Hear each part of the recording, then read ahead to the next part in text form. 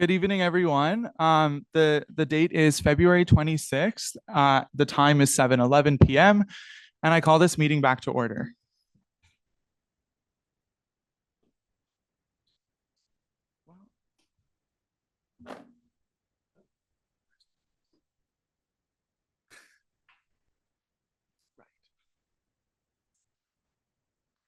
Technical difficulties.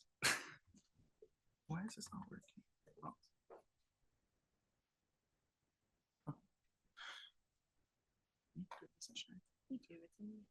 Okay. Okay, counselors, please head to Echo 360 to record your attendance. The Echo session ID is in the agenda.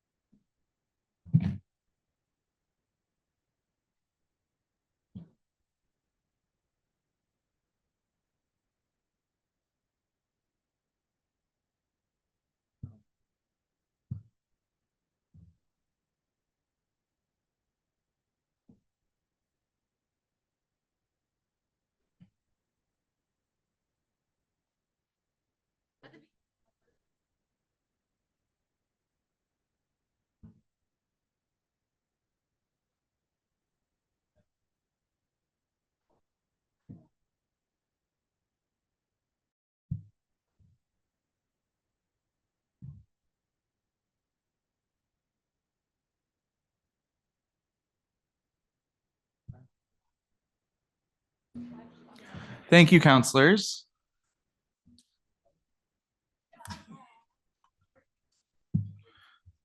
Okay, welcome to all of the newly elected faculty presidents and counselors. Thank you so much for joining us tonight for the meeting. For current council members, if anyone needs to change or confirm their RSVP for the council dinner that we have, please contact Kate directly. So she's deputy speaker at westernusc.ca. We've shifted the time just slightly just to accommodate for sunset because a lot of people on council are fasting. So we've shifted from starting at 6 to instead starting at 6:30, and then dinner will be served at 7:15. Additionally, there is a theater performance happening downstairs in the Mustang Lounge. So just if you hear like a lot of noise, that's what it's from. Please refrain from going onto the balcony during the recesses and just make sure to maintain a respectful volume level.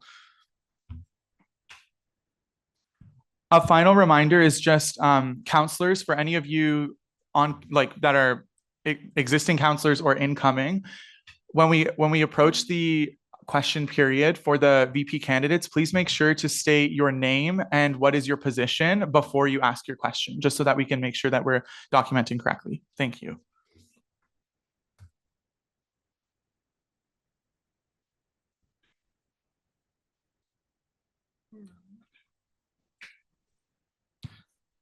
Okay, so we are now going to move on to our presentations for VP University Affairs and VP External Affairs. So how this will work is we'll start with UA candidates. They will have 3 minutes per candidate speech, followed by a total question and answer period of 30 minutes maximum for general questions. And this will be then followed by 15 minutes maximum for individual targeted questions to the candidates. We will then have a recess and then repeat the same process for our external affairs candidates. And then a reminder is that the Simply Voting link to vote on the election closes on February 28th. And the link should have been sent to your, I believe your UWO email. Or your, it depends. Either your UWO or your USC email. Okay. The link will be sent before Friday. Yes. The link will be sent before Friday. So if you don't have it yet, don't worry. Yes. Okay. So I would now like to invite our Vice President University Affairs candidates to please come up here. Yes.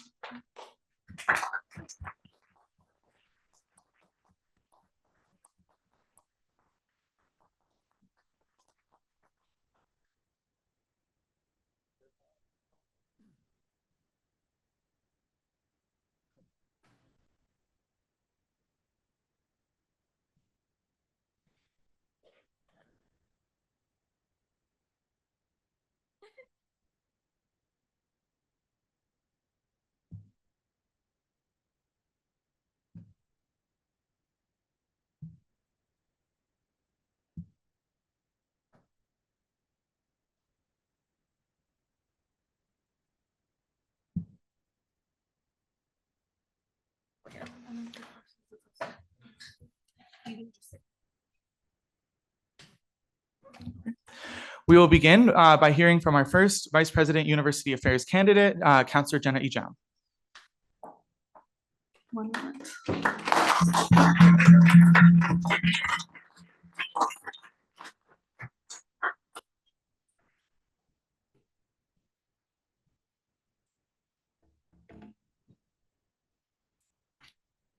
Can everyone hear me? Thank you everyone for coming today. And I want to extend a congratulations to those of you who have recently been elected. I am so excited for you all. While I was born in Canada, at the age of 2, my family moved to Bahrain and later to Saudi Arabia, where I spent 14 years before returning to Canada for university. This transition was greatly challenging, moving across the world, navigating university life without my parents nearby, adjusting to the academic pressures of university, all while trying to make friends in an environment where I had known no one previously. In my first year in 2021, I lived in the MedSid residence, where a deeply concerning incident of gender-based and sexual violence occurred within the first 2 weeks, which had led to significant institutional changes. In addition to feeling alone already, I now felt isolated. Shortly after, the University Senate announced winter break would be shortened to 1 week instead of 2, which would prevent me from seeing my family overseas. It was in that moment, feeling unheard and unrepresented, that my advocacy journey began. After this, I got involved with Western International to help support international students the same way I wish I had been supported, and I recognized a deeper issue, a lack of international student representation in key decision-making spaces. That realization led me to the Western Senate, where I've been in the position of both science and at-large senator, undergraduate senator over the past 2 years, and currently sit on the Senate Committee on Academic Policy, which is a committee that the VP University Fair also sits on. In these roles, I gained invaluable insight into university policies and developed a deep passion for academic advocacy, which has driven me to pursue becoming Vice President University Affairs. Realizing the impact I can make fighting for improvements in student academic experience inspired me to become a counselor to also fight for improvements in the student university experience, where I've grown significantly as a co-author on the divestment motion that passed this year, as well as being the vice chair of the USC Standing Committee on the USC University Affairs Standing Committee. Last year, I was also an elected delegate of the Ontario Undergraduate Student Alliance, in which I had the opportunity to collaboratively work on 3 policy papers on gender-based and sexual violence prevention, international students and experience, and addressing racialized and religious students. I've learned that leadership isn't about holding a position to make your own voice heard. It's about making sure the person in that role truly uplifts the voices of the students they represent. Running for Vice President University Affairs is a continuation of that mission. If elected, I want to bridge the gap between students and decision makers to ensure that policies reflect the lived realities of our student body. I believe your experiences should shape how decisions are made. I want to tackle these challenges by building a USC that listens, acts, and creates change based on what matters most to you. My platform is built on 3 key pillars: academics, student experience, and wellness, equity, and accessibility, each shaped by over 45 consultations I've conducted since December. Every platform point provided is based on student input and is a commitment to keeping those voices at the center of the USC's work. Your voice, our experience. Thank you.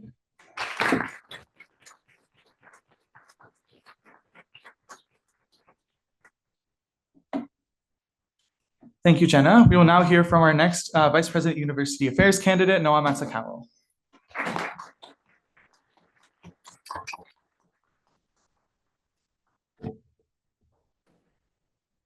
Good evening, singing USC counselors, viewers from home, members in the gallery, and a huge congratulations goes out to all the incoming counselors and faculty presidents. My name is Noah Matsukawa, and my pronouns are he, him, and I'm running to be your next University Students Council Vice President of University Affairs. One of my favorite quotes is by Martin Luther King Jr. Our lives begin to end the day we stop caring about things that matter. What matters to me is you, students at Western. One of my most profound and foundational experiences here at Western was running for USC president. In my campaign, I was able to talk to hundreds of students every single day, learning what matters to them and how they would like to see it addressed in the community. In addition, having many consultations with many of you here in this room, I've been able to develop a platform that is truly representational of students on this campus. Guided by my three pillars, the first being supporting academic excellence, I want to give students back their say and how the university teaches students and how courses run and how they learn. I want to ensure that there's a focus on decolonization and that students all have a place to study. Moreover, my platform pillar on active advocacy aims to ensure that our advocacy serves students and empowers them to stand up and share their feedback to make a difference. And my platform pillar, a place to call home, aims to ensure that students all have a place on this campus and also aims to keep the university accountable on their EDIDA strategic plan. I believe there's a real opportunity with this EDIDA strategic plan, and I aim to keep them accountable. Some experiences that led me to this position here today is my experience as a resident SOF, being able to orientate hundreds of students throughout my university experience as my 3 years as a resident SOF, currently as a Bayfield and Lambton program assistant. I've been able to develop so many connections and relationships and experiences. Moreover, building and co-founding Pangea has a multicultural social club here on this campus has given me so much intercultural respect and ability to advocate on behalf of students. And finally, my experience on the University Affairs Standing Committee has taught me one very important thing, that advocacy needs to listen. And I will too. My name is Noah Matsukawa, and I'll be there for you.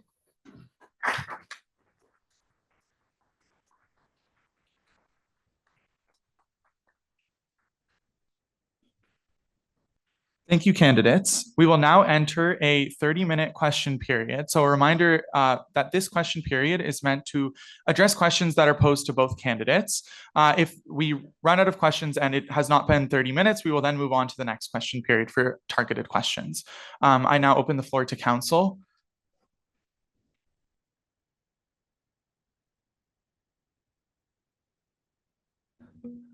President Kalajian.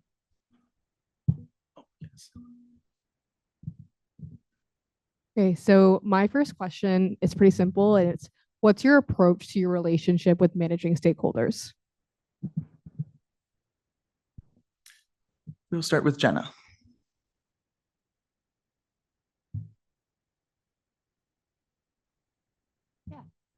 So just for some context, a large part of the UA role is managing the relationships that you have with Western admin. So would just like to get more of a specification on how you would approach that and build rapport with Western.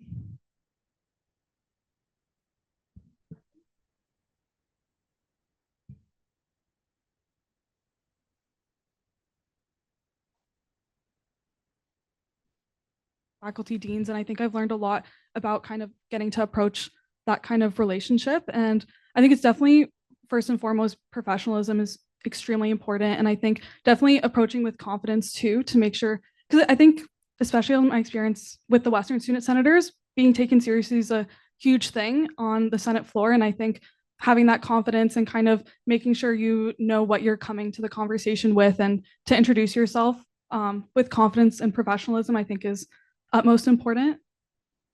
Yeah, thank you.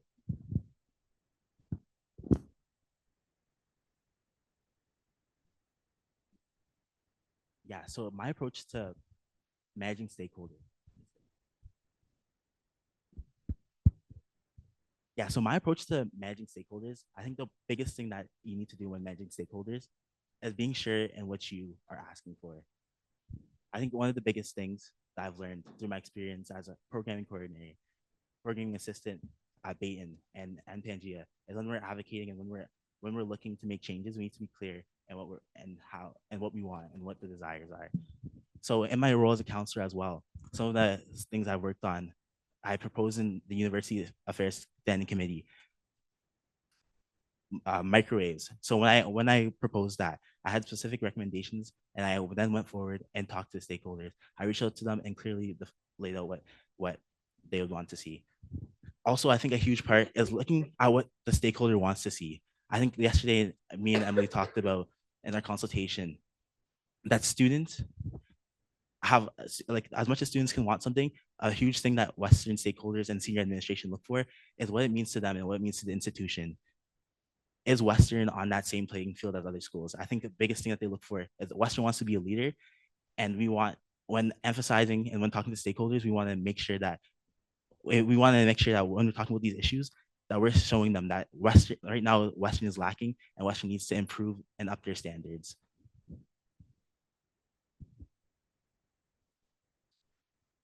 Thank you. Are there any other questions for the candidates? Vice President Batista. So as a candidate for the Vice President University Affairs role, you're running on a platform that has been informed by various consultations and student feedback. However, should you be elected, there will be issues that will inevitably arise in your term that you maybe had not anticipated or were not in your platform. How do you plan to address these issues that arise unexpectedly in your term to ensure the needs and concerns of students are still prioritized? We will start with Noah. Yeah, so I think a huge part of going through life is that challenges will arise, challenges that are unforeseen, challenges that steer you away from the course.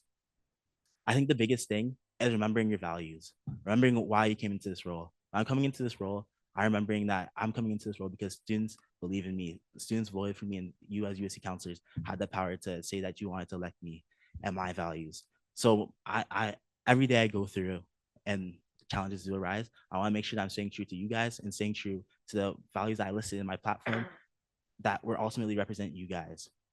So my biggest approach when challenges do arise is stick to my values. And if I can't get exactly what I want, go for the second best thing, but never will I go first and not ask for what the students need. Thank you. Hello. Okay. Sorry. Thank you for your question. I think in my advocacy journey, two big things I've learned is one, advocacy is a long journey. It takes a long time to kind of get to where you want to get those goals. And I think the second one is also that advocacy is not linear. And I think you can't really imagine how that path is going to go. And I think there's so many examples. One example I could think of is with the SRAs. I think the SRAs was, students loved it, but there was a huge conflict with faculty, and there was obviously problems, which is why it had to be removed. I think we, with the Western Student Centers, we've been wanting to, fight for students for that academic consideration and compassionate consideration. And we were able to get the undocumented absence, which has been implemented this year, but we couldn't have imagined how that could have looked like. And it's not linear. And again, also saying what Noah was saying, sticking to your values. And I think sticking to student consultations, because even when things change, making sure it's still based on what students want to see. Because again, it's not linear and it could look so many different ways. And I think in my platform, there's so many issues I talk about, but I didn't want to go specifically like, this is exactly how we're going to do it, because I don't want to promise something that it might not end up going that way. But I think with stating the values, stating different possibilities of how it could go, I think is a huge point. But I think the most important thing is staying open-minded when going into conversations with stakeholders, because if you're sticking to one path, it's not necessarily going to look the way you think, and a lot of it's going to come to compromise. But sticking to your values, making sure it's based on student consultation, student feedback, what students want to see. But yeah, thank you.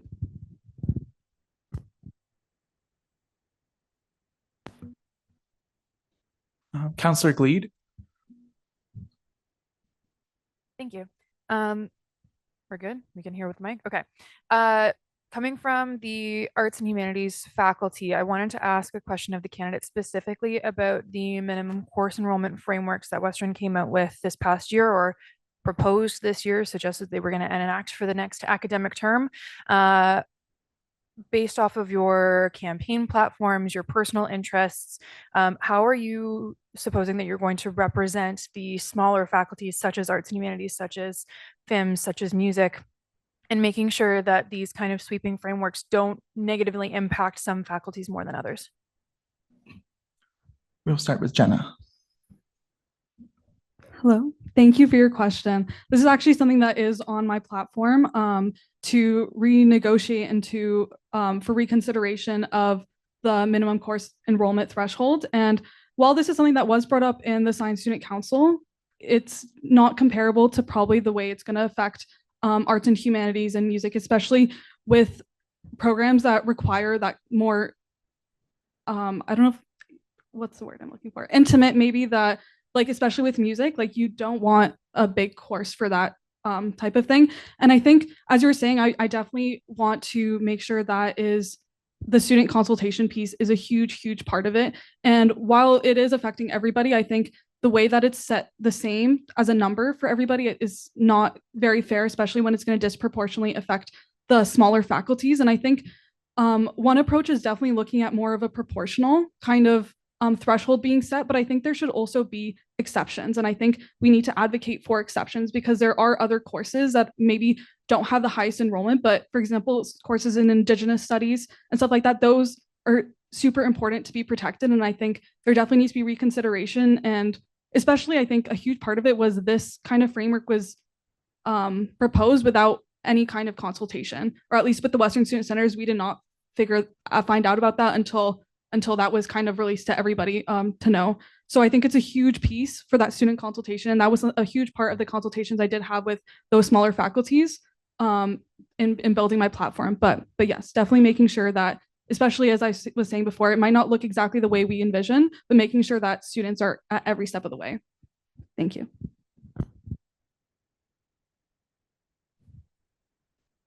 Yeah, so honestly, I'm scared of the policies that Western is now putting out.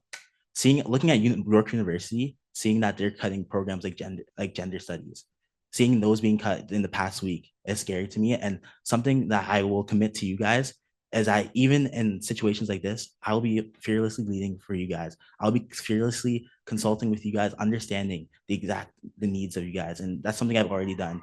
I've consulted with counselors from both arts and humanities and music. And this is something that came up. Talking to you guys and understanding what classes where the exceptions need to be placed and where we draw the line with Western administration. Of course, it won't be an easy battle, but looking at the problem, I want to ensure that students are able to have the classes that they need, because these class sizes are there for a reason. This is how Western ensures that students have the best learning experience possible. Western wants to be a world-class institution. In order to do that, they need to commit to ensuring that class sizes are appropriate and students have the best learning experience possible. Thank you.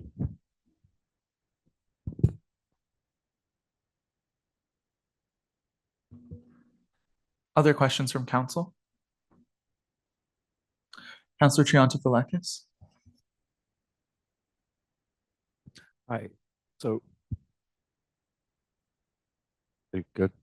Okay. Advocacy can often be a daunting task, and many students often do not understand fully what the USC advocates for.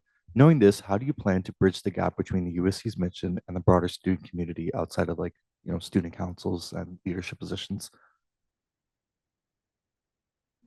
We'll start with Noah. Sorry, there you go, the mic's on. But yes, something I mentioned on my platform is ensuring that when we're advocating and when we're looking for student perspective, that we're going out across campus. We're going to King's, we're going to Huron, we're going to every different faculty buildings, ensuring that we're hearing from students. So a lot of students on this campus come off the bus, go to their class at that side, and leave and go back home. And that's the same for many different faculties across campus. So I want to ensure that when we're boothing to look for survey responses, we're not just in the USC. the UCC looking for responses, because there's ultimately a wide variety of students with a wide variety of perspectives. So I think the biggest step to doing that is looking for diverse perspectives and seeking them out. Thank you.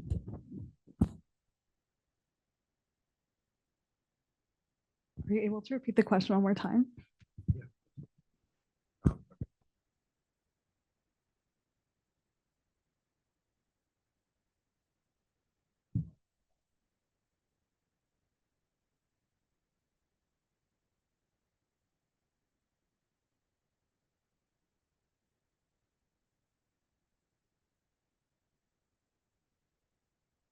Thank you for your question. And I definitely agree. I think this was a big part I was asking every single person in my consultation, was how we can include that communication piece. And I think collaborating with the VP student engagement would be really helpful in this. And it's something that also include in my platform is outreach beyond just UCC and meeting students where they are, and kind of repeating the same thing.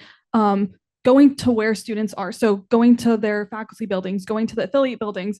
And I think in some of my consultations I was hearing, they've probably seen more boothing during election season than they did from USC. And I think that shouldn't be how it is, to be honest. And I think it's so much more of an opportunity to get in-person feedback, in-person communication. And I think approachability is a huge part, because as VP University Affairs, I want to represent all students. And I think having that, I don't know if FaceTime is the right word to be saying, but I think just that presence, seeing a booth, even if you are scared to approach it, just seeing it, like even with posters around, I think is a huge thing. Something I also want to do is, especially, I think USC is so great at advertising a lot of the programming, but I think a lot of the advocacy wins aren't as known. And I think with posters, putting posters more around campus, and reaching students where they are, as I said before. But I think approachability is a huge part, and something I definitely want to accomplish. I want people to feel comfortable. And I also want to just add, I think it's a huge barrier sometimes for students when they don't know what USC is doing to get involved with USC, especially if they don't get involved from the start. And I think it's a huge step. And I think there's no one solution to reach all students, but the more things we do, I think the closer we can get to it, at least. Yeah, thank you for your question.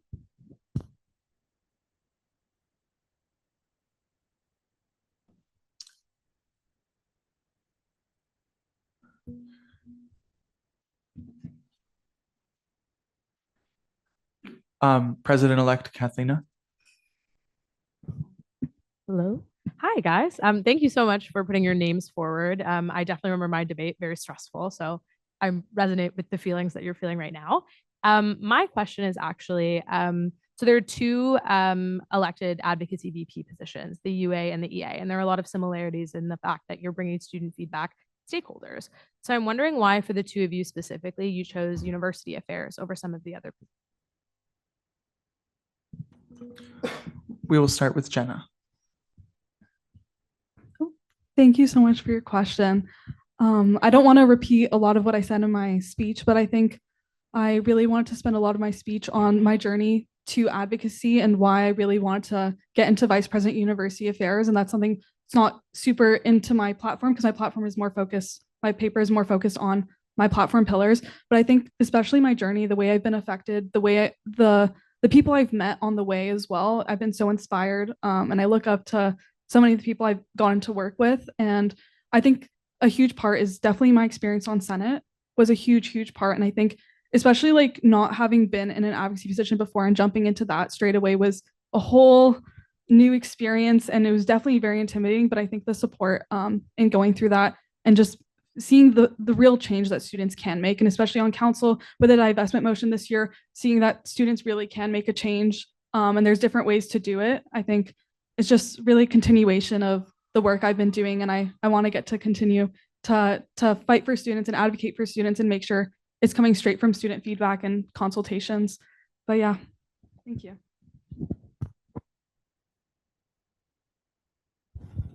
Yeah, I'm so excited to be a candidate in this Vice President of University Affairs race. What really motivated me to run for this position, in University Affairs specifically, is really talking to students. And when I talk to students, a lot of their issues and thoughts about their university experience are driven by thoughts and changes that relate to academics, wellness, and wellness. So on those two topics, I really think that a lot of the ways that we can address them is at the university affairs level. That's looking at academic policy and how do we make that better? How do we make their learning experience better? How do you make it this campus a safer space for them and a place that they enjoy? We're also looking at how do we increase study spaces on this campus. So a lot of the conversations I've had with students, even when running for president, were surrounding the university changes. So that's what really drove me to the role of Vice President of University Affairs. Thank you.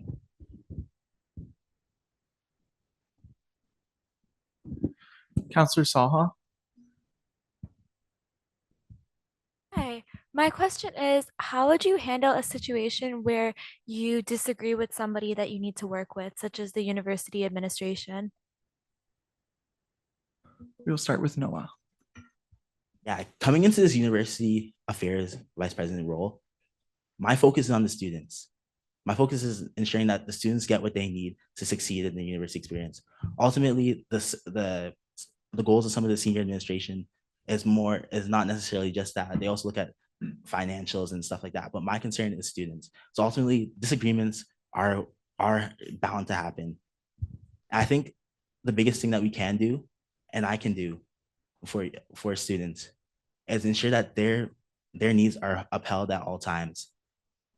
Common ground sometimes with the university won't be fair to students. So I'm gonna keep making sure that what students need is upheld. That's going to be by getting data driven by and ensuring that my advocacy is driven by students. That's going to be potentially even going to the media and talking to news reporters about some of the injustices that Western could be putting us in. Depending on the issue, I'll be taking an approach that is student focused and student centric. Thank you. Oh, sorry, could you repeat the question one more time? Yeah, my question was just, how would you handle a situation where you disagree with somebody that you need to work with, such as a university administration? Thank you for your question. I think it's a really important one, and I think it's one that honestly is probably inevitable, considering especially on Senate, I always notice how with a lot of things such as the SRA, students and faculty and students in administration, they can clash on how things are done.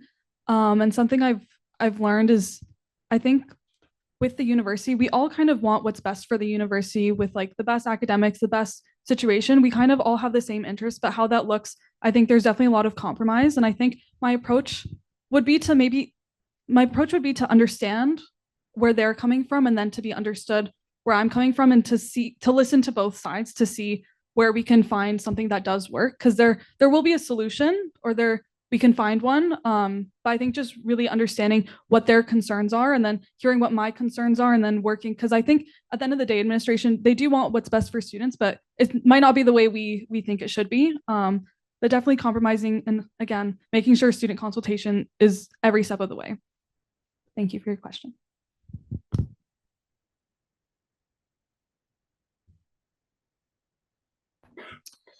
Councillor Ratanashi.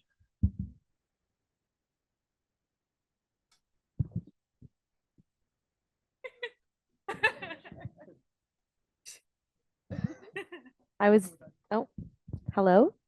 Can you hear me? Thank you. I was debating between speaking with both of them. So thank you so much for putting yourselves forward. I know this is really brave and both of your platforms are amazing. So my question is, from all your platform points and goals for the role, if you had to pick one that you are most passionate about, what would it be? And how can you work toward accomplishing them over the term? We'll begin with Jenna. I'm just going to take a moment to just think for a second because there's so many things. This is a really difficult question because there's so many things that I'm very passionate about. I think one thing, and I'm something that I think has been brought up at almost every single one of my consultations, and so I'm definitely going to choose this one because something I'm also very personally passionate about. But it's access to mental health resources. I think is a huge one and one I've been hearing again throughout all my consultations, especially growing up in Saudi Arabia, where that was definitely a stigmatized topic. It's something I'm very passionate about myself.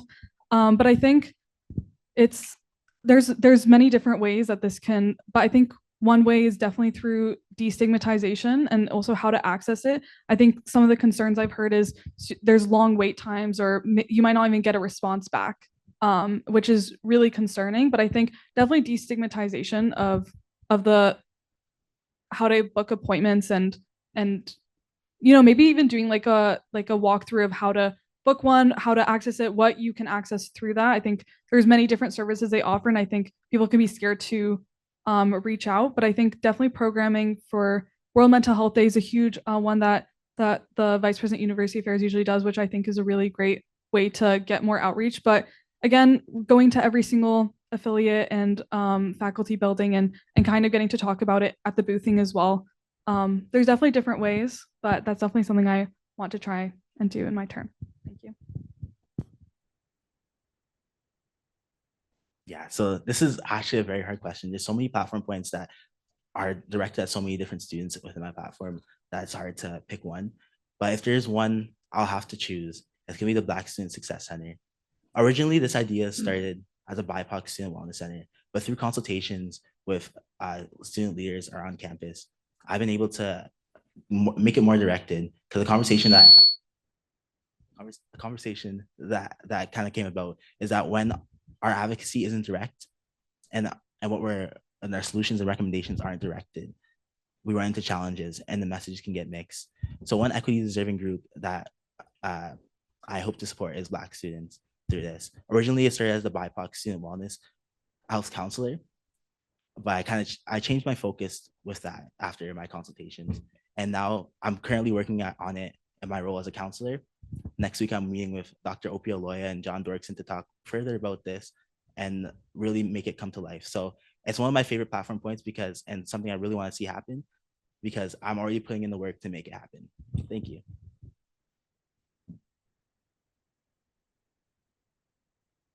Councillor Ahmed.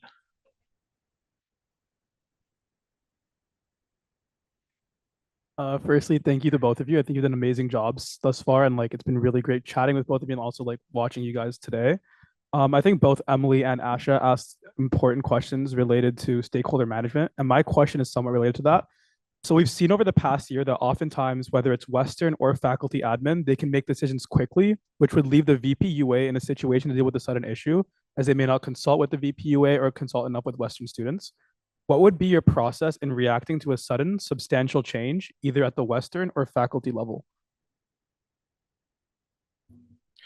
We'll begin with Noah. Yeah, so one scary part of this job is that changes can happen so quick. But one approach that I saw and admired this year was an approach taken by current executive Emily in this year's MAP 1.1 changes. The swiftness that she was able to take on to call out the counselors and get their feedback on the issue was inspiring to me. And so that's the approach I want to take. If something comes up quick, I want to ensure that I'm reaching out to all the counselors and informing them about the issue, and then asking them to get their feedback and bring their feedback to me. And I think that process was taking place in a week. So the advocacy efforts need to happen quick. And I think that approach was the one that I saw and I really admired. So that's an approach I'd like to take, ensuring that I'm getting student feedback as fast as possible through the channels that we have available as within the USC, and getting that feedback and using it to advocate on behalf of students. Thank you. Can you repeat it one more time? No worries. So I was just asking, so Western admin or faculty admin can often make decisions quickly, which would leave the VPUA in a situation to deal with a super sudden issue. What would be your process in reacting to a sudden substantial change, either at the Western or faculty level? Yeah, I definitely agree. And this is something, again, we've seen this year with the MAP policy. I think definitely I agree with the same approach as to consult students. But I think we should also start with not just a reactive mechanism, but also preventative, and not preventative in terms of the policy be going in place. But I think especially with the Western Student Senators, we are constantly upset with when that was dropped on students and not just students, faculty, administration. And I think a huge part is keeping administration and the university accountable and making sure, and what I'm trying to say is the consultation piece. That should not have gone out without the consultation piece. No one knew that that was going to be happening, and there was no steps. And then if you look at what happened, they had to completely retract it and then go through the proper consultation process because we were holding them accountable because they should not have gone about it that way. But that's something I want to make sure I'm doing in this role is holding administration accountable, holding the university accountable, because we shouldn't just have to react when things happen. We should make sure that they are going through the proper process. And I think there's a lot of different things that didn't get that consultation piece before being dropped, or things are sped. And I think maybe it's strategic sometimes to do it that way so things can go through quickly. But I definitely think that's something I also really want to focus on, is not just the reactive piece, but also the preventative piece, so that people are knowing how things are happening and why they're happening, and making sure it's how people, not, and when I say people, I mean students and faculty, because UWAFA was also quite upset with when things like that did happen. So yeah, thank you. Councillor Sorofian. First and foremost, very happy to see two science counselors running for VPUA. Much pride, love you both. Okay, so the Free the Dots Hamper program is a critical initiative for menstrual equity, was suddenly paused without prior communication to students, leaving students without necessary resources, left in the dark after they relied on an essential service, and faculty councils with many unused menstrual products in stock.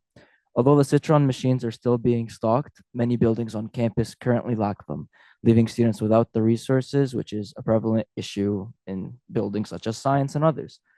As VPUA, what would be your first steps in assessing the current state of the program, and how would you ensure its effective continuation? We'll begin with Jenna. Thank you for your question. I think it's definitely a tricky one, considering that the funding for Free the Dot is actually going to be ending by the end of next year. So it's something I'm definitely huge priority for me if I'm to have the role, because it is up to the VP University Affairs and the team to figure out the future avenues for how Free the Dot is going to continue. And of course, the end goal long term, we want the Western University to take it on and to incorporate that in their budget without having to consistently ask for grants. But I think it's definitely looking at external avenues. But to go back to your first question, because you touched on the different things. So the hamper program, I think definitely I agree, it left students in the dark. And I think there's a lot of parts of Free the Dot I think a lot of students don't know about. And even though there is information out there, it's not reaching students. But even with the hamper program, I don't think there was much out there for that. But I think there's opportunities to kind of gain feedback. So for example, when that stopped, there could have been QR codes maybe to gather feedback on how students feel about it, to show data to Western that this is something that students are noticing. This is something that is affecting students. And I think especially with the Citron machines being empty for a long time, this is definitely a concern I've been hearing consistently. And I hope in my term to gather more data about that, to be able to present that to the university to make sure that they're seeing again. And I know there were surveys in the past, but we need to consistently be showing Western that they should take this on. And this is something that's super important to students. But yeah, thank you so much for your question. Yeah, and ensuring the future of Free the Dot, next year we're going to be entering a critical period. The grant for $800,000 will be finishing with $400,000 being spent next year on the Free the Dot program. So a lot of my focus, and something I even haven't done on my platform, is advocating for the continuation of this program. Through my consultations with the current executive, I've learned so much about the work that's been going on behind the scenes, gathering data, finding out which Citron machines are needed, are in use, and how frequently they're used. They need to be refilled. Looking at, are creating heat maps to ensure that we know exactly where these Free the Dot machines are most useful and will benefit students the most. So taking that data that they have put together is going to be super important for me and advocating to Western. The federal government already provides menstrual products. This is a benchmark that we need to keep Western accountable to. And on the point about the hamper program was canceled out of the blue for students, which I think is honestly a tragedy. It's a tragedy that students walk into bathrooms with empty hampers and walk into bathrooms with empty dispensers. And I think knowing as a counselor that there was a reason behind that, I want for in future years and future instances just like this, where the USC needs to stop a service for any number of reasons, I think it needs to be clearly communicated to students. Instagram posts, really pushing through our different channels, pushing through faculty councils, the reason why, so that students understand that the USC has their best interest at the forefront. Thank you. Thank you, candidates. This concludes the general question period for the candidates. We will now move into our individual questions, which is a 15-minute period beginning now. So at this time, you can ask any of the candidates individual questions related to their platform or whatever you think is appropriate. Councillor Malabanan. Yeah, just recognizing, I think there's still a few more questions for just a general question, just proposing an amendment to increase the general question period for 15 minutes. Okay, can I please have a seconder for that motion? Councillor Parisius. Are there any questions regarding the amendment? Are there any objections to the amendment? Okay, we will do this using our placards for voting. So all those in favor of the amendment to the agenda, please raise your placard.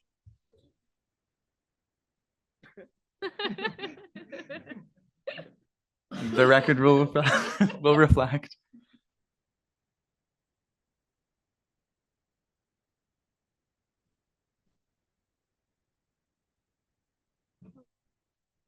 Please keep your placards up, sorry.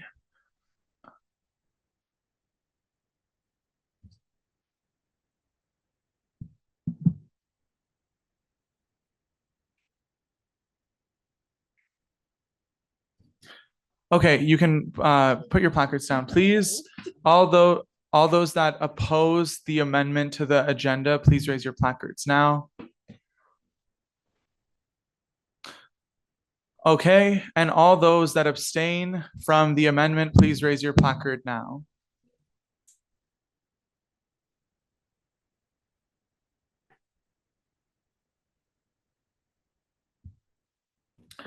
The motion passes and the general question period for the Vice President University Affairs candidates has been extended for 15 minutes. I now invite council to continue asking questions generic to both candidates. Yes, Councillor Soto. Thank you. First of all, thank you to both of you for standing up there and deciding to do that extra step in student leadership. Know that you have my respect and I'm sure the respect of everyone here in this room.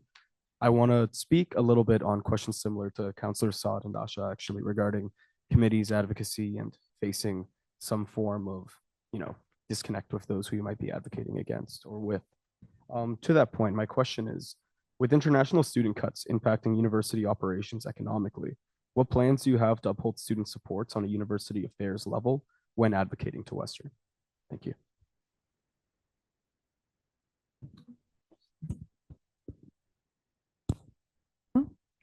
Thank you so much for your question. That is something that is on my platform because it's, again, as I kind of mentioned in my speech, my involvement in Western started with Western International, and I'm very passionate about the programs that they offer.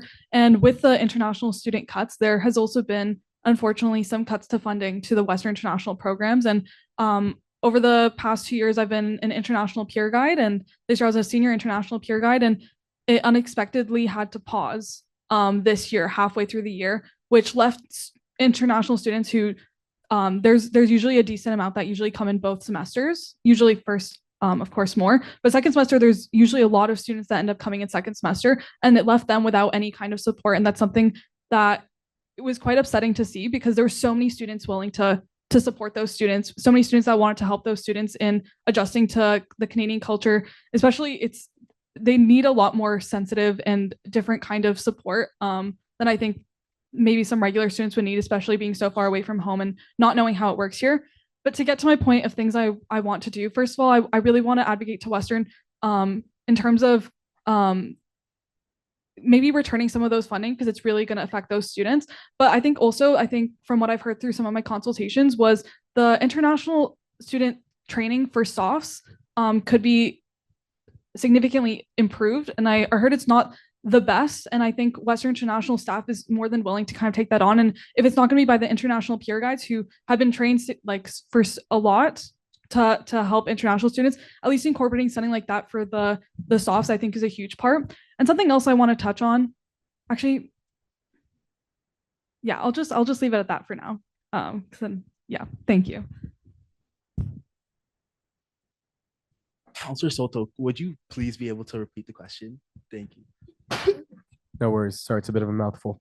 With international student cuts impacting university operations economically, what plans do you have to uphold the student supports on a university affairs level when advocating to Western? Thank you. So with the international student cuts, approach that the university might try and do is cut some of the vital services to students. So something I'm going to continuously advocate for is that ensuring that the services that they provide are upheld. And looking at the cuts, they may disproportionately affect international students. So as Jenna mentioned, I think it's very crucial that we're supporting students who are coming sometimes across the world to a new place that they've never been before, and making sure that they're supported very, very well and orientated very well into the university experience, because it's a new experience for them. And ultimately, when the university is facing financial difficulties, I think it's important that as the VPUA, we're not letting them let down their standards and how students are being educated and how the services that students receive at Western. Thank you.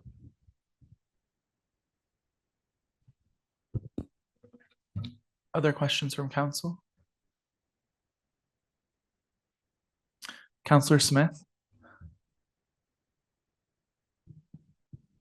Thank you. Sorry if my voice sounds a little weird. I am slightly sick right now. Yeah, two-part question. First of all, like how many people did you consult with who are outside of the USC and not kind of in what we refer to as the USC bubble? And second, do you have like a specific plan, not just for being able to engage with the interests of students, but specifically engaging with these people who don't actively seek out the USC? We will start with Noah. Yeah, so one very beneficial thing that I have coming into this role is when running for a position of USC president previously, I consulted many students, and my focus in those consultations wasn't necessarily to only stick to consulting student leaders, but also a majority of students who aren't involved in any USC or aren't part of the USC bubble. And then my approach with when running UA, I ensured to offer to consult most of the USC counselors in this role. So as I kind of mentioned before, and is mentioned in my platform, my approach to ensuring that students are represented is going out to where the students are, finding the students where they're at. That's going out to different buildings across campus and telling them about the advocacy campaigns and ensuring that their voices are truly heard when we're advocating. That's putting up posters. That's being physically present. That's my approach to ensuring that students are represented. Are you able to repeat it one more time, just so I get both parts of the question answered? Sounds good, no worries. It's just first on consultations. Did you specifically consult with students who are not in the USC, who are kind of outside the USC bubble in creating your platform? And second, if you have any specific policies, like not just on engagement, which was already discussed, but like specifically to like reach out to people who aren't in the USC bubble and who like typically wouldn't seek out the USC, so you wouldn't always hear their perspectives naturally. Thank you for your question. For the first part, I, of course, definitely included all the current counselors because they are the ones voting, including the incoming counselors. So I've reached out to all members that will be voting and was able to, I can't remember the exact number, but I definitely got over 35 in terms of all incoming and outgoing. And then outside of the USC bubble, I think a group that isn't traditionally consulted for the VPUA position but that I thought was extremely important to consult were the student senators, because I think counselors have a really great grasp on student experience and things to do with USC policy. But I think academic policy and university policy, the senators have such a great grasp on. And I wanted to really make sure that I included a lot of their feedback on the academic policies. And academics is a huge part of the VP UA position because the VP UA sits on Senate committees and is in constant communication with administration. So I thought it was really important to, and I definitely got really great feedback from the student senators. So I thought that was very important to include in my consultation piece. But yeah, for the second part that is also included in my platform is about meeting students where they are and reaching beyond UCC. I think USC does such a great job at boothing in UCC in the atrium, but I think students who are not in proximity to UCC are extremely disadvantaged because if they are, for example, in Ivy or music or in et cetera, they're not coming to UCC all the time. And there's a lot of time they do in-person feedback, in-person surveys, and I think they're missing out on those opportunities and it's not extremely representative. So I think meeting students where they are, making sure they are boothing the VPUA, and especially me, I want to make sure I'm there. And of course, there is obviously, it's going to be difficult with time, but I want to try and reach every single faculty building and affiliate building at least once a month, hopefully, with boothing. And I think this can also be in collaboration with VP student engagement and even potentially VP external affairs, depending on how, but I think timing might be difficult to line up, but definitely a possibility I'd be open to. Thank you. Counselor Sharma? My question is, so the relationship between the affiliates and the USC has like grown and changed. What is your plan to keep these relationships like growing and like strengthen them in like when you're elected? We'll start with Jenna. So the first part of your question, relationships with who? USC's relationships with the affiliate councils? Yes. Sorry. Yes. That's definitely something. I also want to add this year, I have had an amazing opportunity to get to work with Kings this year as a senator at large.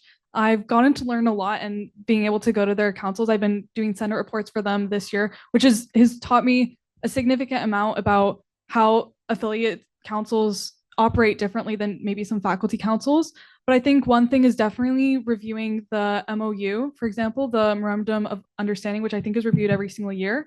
But also to make sure that they have access to resources that USC does, because I think there's in the past been, problems with miscommunication. And I think that's something that the affiliates definitely need is that kind of communication. But something else on my platform that I really wanted to try and do is to also go to every single one of the affiliate or faculty council meetings at least once as early as possible in the year. But I think it's definitely a way to, again, increase approachability. I want them to feel like I'm someone that they can approach, especially because you probably would have to reach out to me in a different way, but I want to make sure that barrier maybe is a little bit decreased, so that not even a little bit decreased. I do want to remove that barrier so students can feel like they can reach out to me, the affiliates feel like they can reach out to me to collaborate and to work on initiatives together. But that's definitely something I want to make sure that their voices are heard and they're not being overlooked when things are happening, making sure they're constantly in the loop, constant communication, especially working with their VP student affairs or equivalent. And yeah, thank you for your question. Yeah, so thank you so much for this question. I think the biggest approach and the biggest thing that we need to do to build our relationships with affiliates is be present. Over my time with Pangea, we got the opportunity to go to and booth in Kings, interact with Kings students, really talk to them and understand what their needs are. I think that's the biggest thing that we can do. During my USC presidential campaign, I went out to Kings and I was able to talk to their students and talk with many students across campus. I think that's the biggest approach to building these relationships. Moreover, I think being present in ways like I heard how Huron did at their advocacy day with their ran by their vice president of student affairs. Having those chances to talk to affiliate students and understand and show them how we're advocating for them is the biggest thing. Because ultimately, we need to build trust with our students. We need students, especially at the affiliates, to trust that the USC is there for them. Thank you.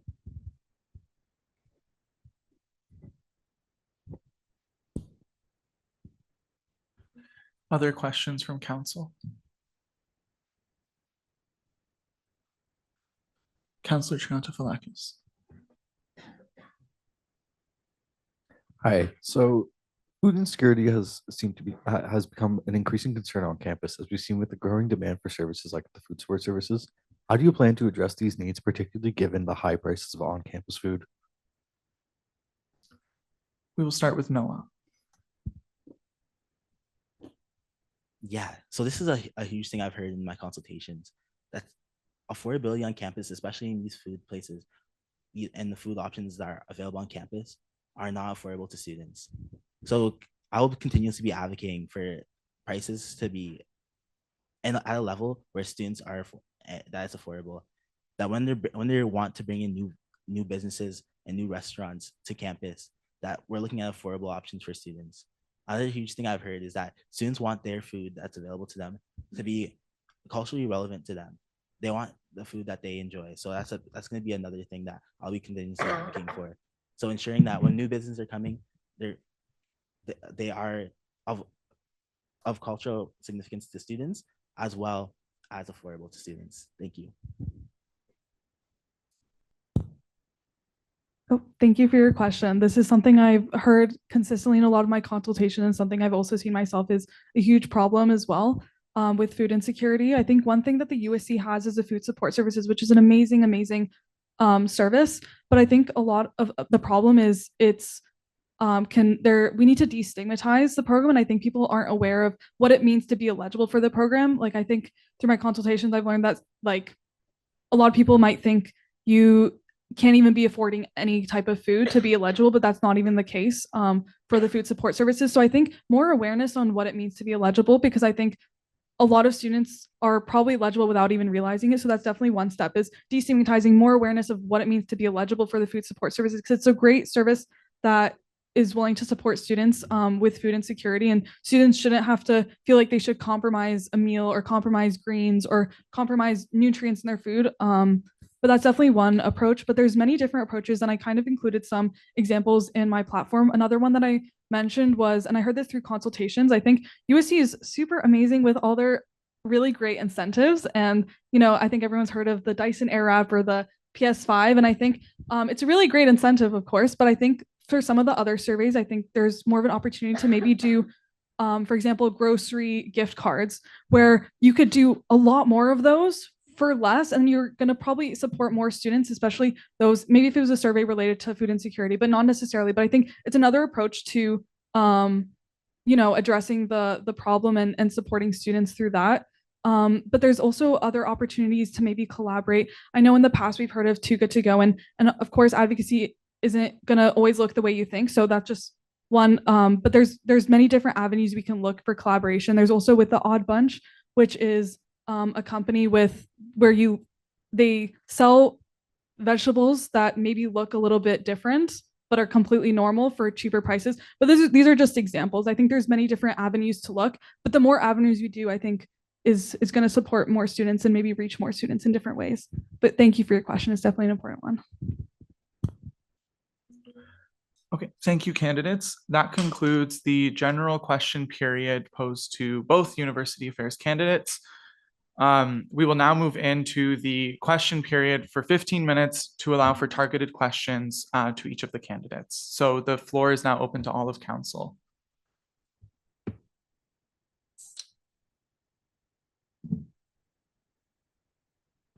Councillor Lee.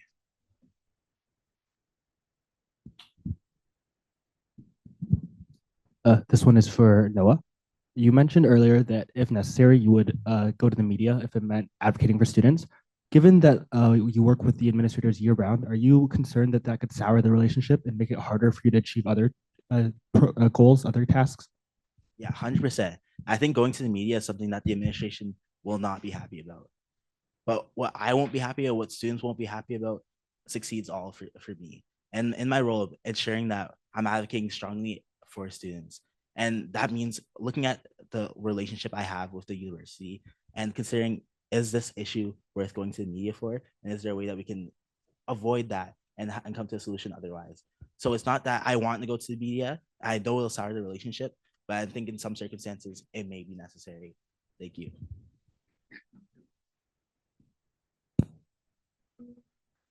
Councillor Ahmed. I have a question for Jenna. So earlier we were talking about preventative measures. You were talking about how with Western admin, you'd ensure that you found preventative ways to ensure they're consulting with students. How would you do that at a faculty level? So say like, I don't know, like any faculty was making like a large substantial decision, what would you do to keep it preventative at that level as well? Oh, thank you for your question. I'm trying to think because I think with the faculty, it definitely can depend because if it's not something that's affecting the entire student body, if it's not affecting the USC, if it's not affecting all students, it might be difficult to kind of, intertwine and get into their business depending on how it supports students. But in terms of preventative measures for the faculty, like, do you mean faculty or faculty council? Can I ask? I mean the faculty itself. Let's say a faculty is making a decision that will impact not only itself, but other faculties as well. Okay. Yeah, I think it definitely, of course, you can't be preventative after the fact that it's happened, but I think definitely ensuring that, advocating or at least going to them and making sure that they're understanding that the process they went through shouldn't have been the way it is done. I think, but I guess that's what I mean for preventative. But I think when something like that has already happened, of course, then it's going to be reactive because it has kind of gone through. But I think there's so many opportunity to kind of go to them and make them pause and go through the process. I think that's something we saw last year with the fall reading week. That was something they were really trying to rush and get to the Senate floor. But I think our VP University Affairs in that year, she was able to send an email and they had to table it. And even though it was a really big problem for the registrar, they were quite upset because that was obviously very quickly they had to pass that new academic calendar.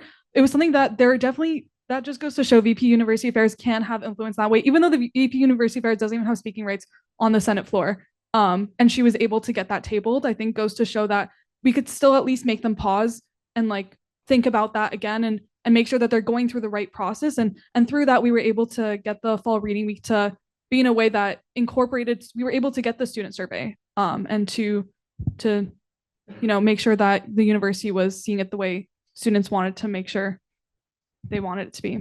Thank you. Councillor Sharma. This question's for Noah. In what ways do you plan to collaborate with the HUCSC specifically for the next year if you're elected? Yeah, so some ways I'd like to collaborate with the Huron Students Council is by starting by being present, going to some of the faculty meetings and really working towards building that relationship and letting you guys know that we're here for you. I think one of the coolest things I heard from that you guys had recently was your advocacy day. So future advocacy days with you guys is something I really want to do, and with different affiliates and faculties as well.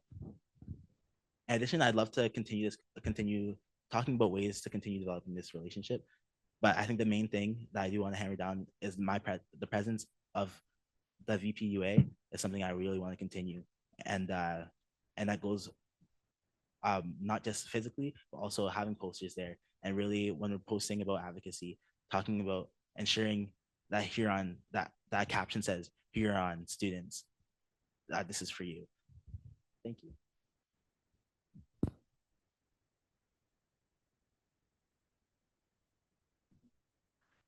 Other questions from council?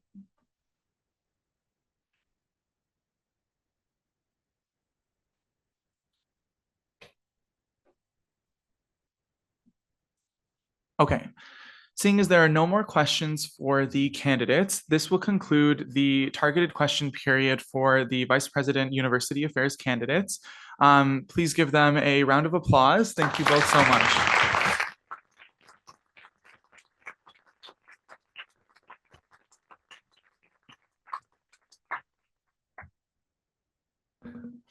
All right, I will now motion to recess for 10 minutes. So we will resume the meeting at 8:30. Thank you so much. So exciting. Just so good. Is it break time? Yeah. Yippee! He knows what to say. Very, very much.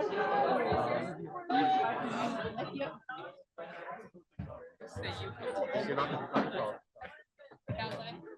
That's someone said. It's hard to stand, literally. I'm gonna have to walk all the way over to the stadium. And you know what? We are looking at report. It's been I should be working on my paper. Yeah, I think what? That was good. Well, it is, I would say a little.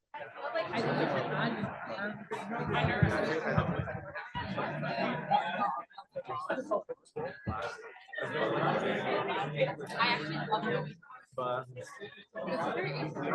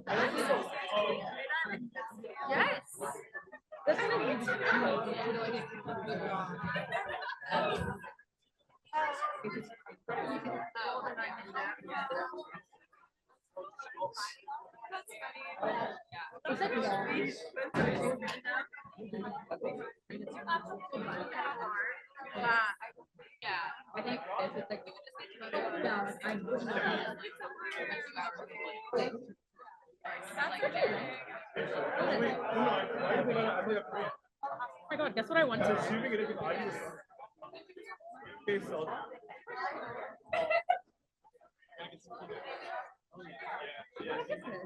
It's the King Charles Carnation Award, it's like one of those like lifetime awards they do.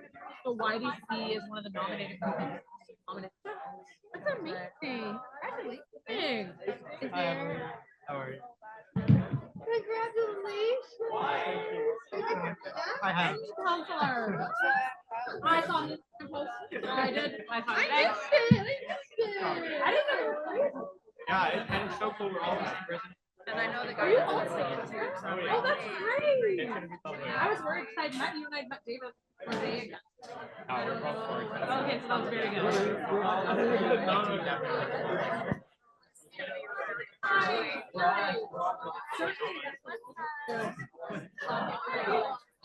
Why wouldn't I be here?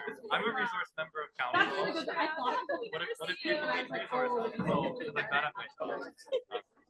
I am really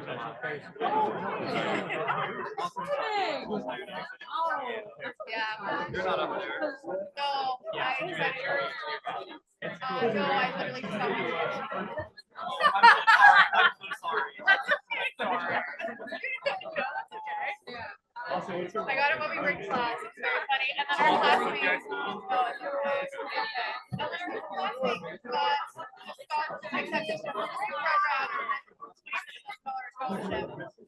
I'm so excited for her. It's like part of the elimination. Oh yeah. Oh goodness. Oh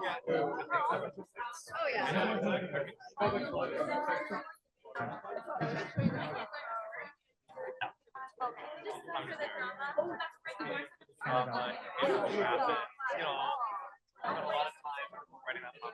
I'll make sure that people are representing it well. Yeah, the one will be fading into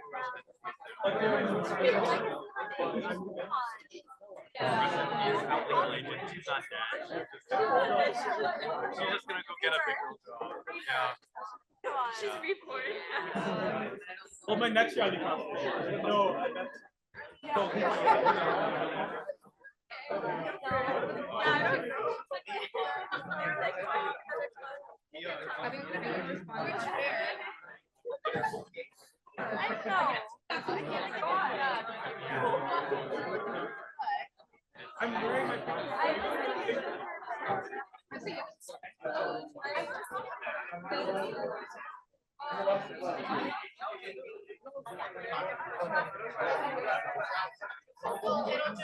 when you're actually required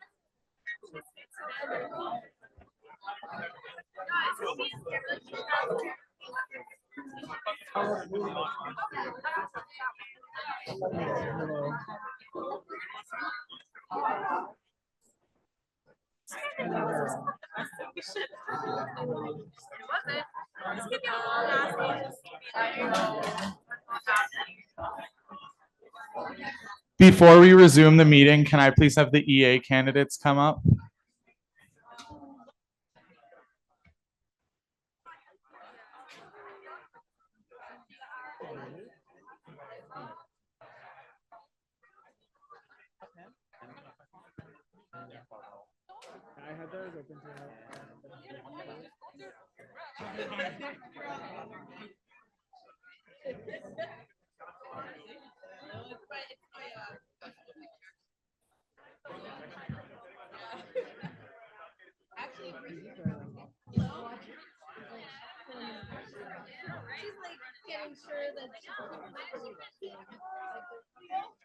She knows it's on.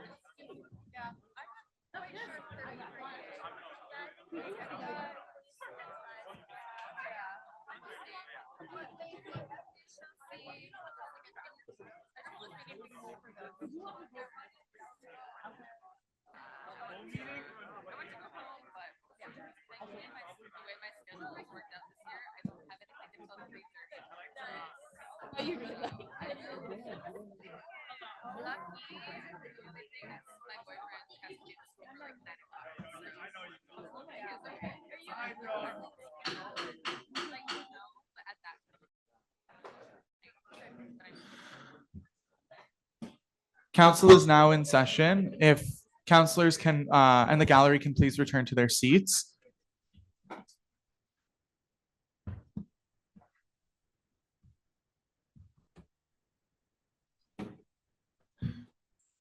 While we're sitting down, I would just like to provide a reminder for any of the incoming elected USC positions.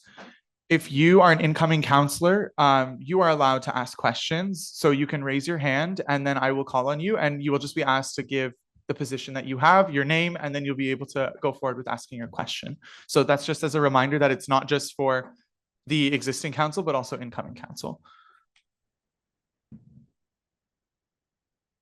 Okay, welcome back everyone. The meeting is now resumed at 8:33 p.m.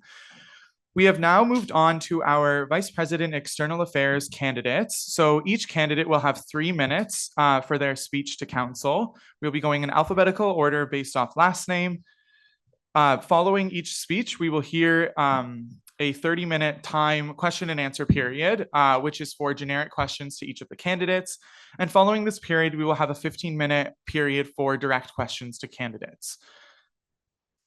Are there any questions? Okay, with that, I will invite our first Vice President External Affairs candidate, Mathangi Yap.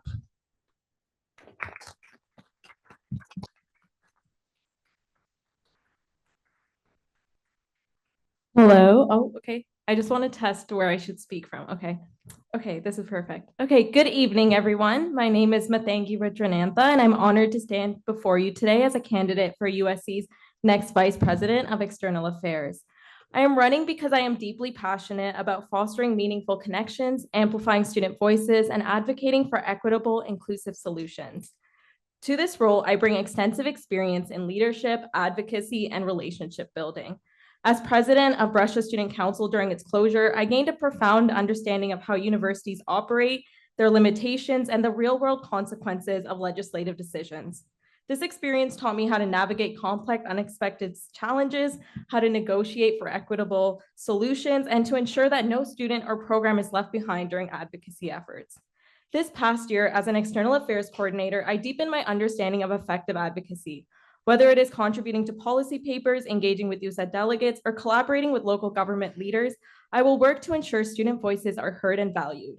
My platform focuses on expanding outreach, accessibility, and transparency in our advocacy efforts, continuing evidence-based advocacy to government stakeholders, and creating more opportunities for students to engage in civic initiatives. One of my key priorities is strengthening relationships with external stakeholders, whether it is politicians, local businesses, alumni, or community organizations. These partnerships are about more than just resources. They're about creating opportunities for students to thrive. Through professional development programs, audited partnerships, and collaborative projects, I'll work to close the gaps and ensure every student has the tools they need to succeed in London. My experience as VP of Events and Programming at Brescia or as a Wellness Coordinator at FHSSC has equipped me with the strong collaboration and program developmental skills that I can use to address the current barriers we face with student engagement when it comes to external advocacy and ensure that our initiatives are impactful, inclusive, and accessible. What sets me apart is my commitment to inclusivity and transparency. I believe leadership is not just about speaking up for others, but about creating spaces where everyone can speak up for themselves. As your VP of External Affairs, I will work with the incoming executive team to host regular town halls, open and maintain lines of communication with the municipality, and seek feedback actively to ensure my work is reflecting the diverse needs of our student body. Finally, I want to emphasize that this campaign is not just about me, it's about us. It's about building a future where every student feels empowered, supported, and connected as an individual in London. Together, we can create a USC that offers great programming, but also stands as a beacon of collaboration, community engagement, and strong, informed external advocacy for our constituents. I humbly ask for your support and your vote. Let's work together to make this vision a reality and help bridge student voices to external advocacy. Thank you so much, and I look forward to hearing your questions.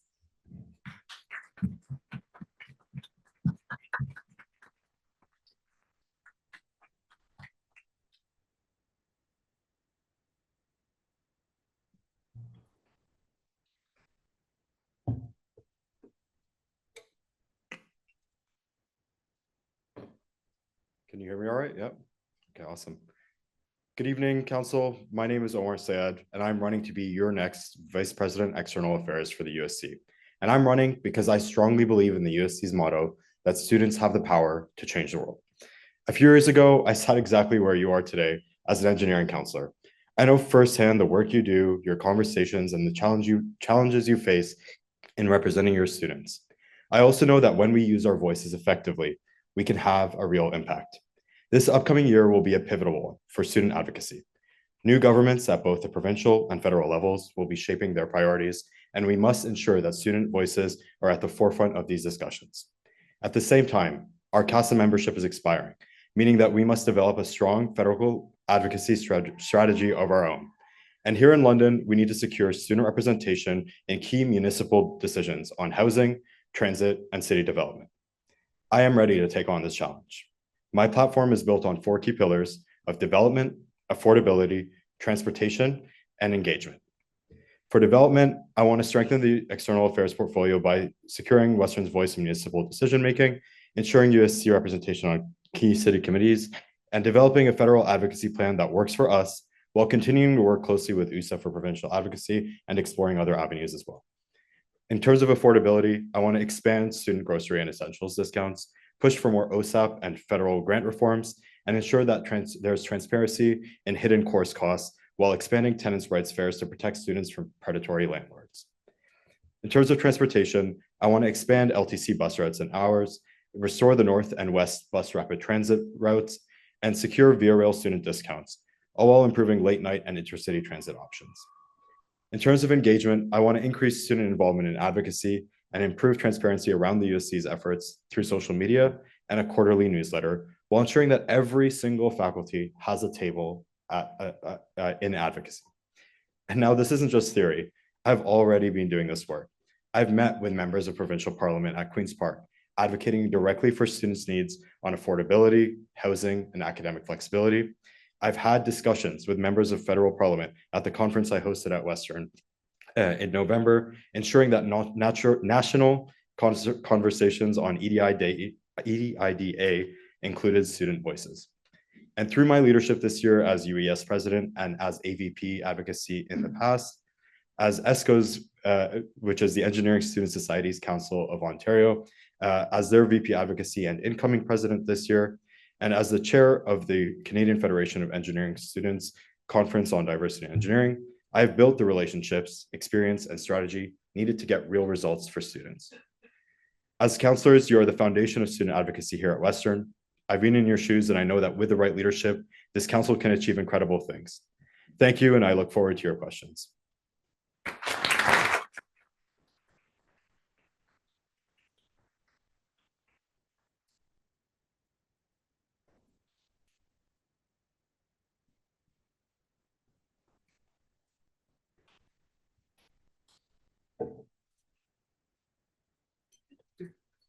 Hi, guys. I'm very grateful to be here today. Thank you all for being here as well. I'm Ella Schlaghecke, and I'm running to be the next Vice President External Affairs.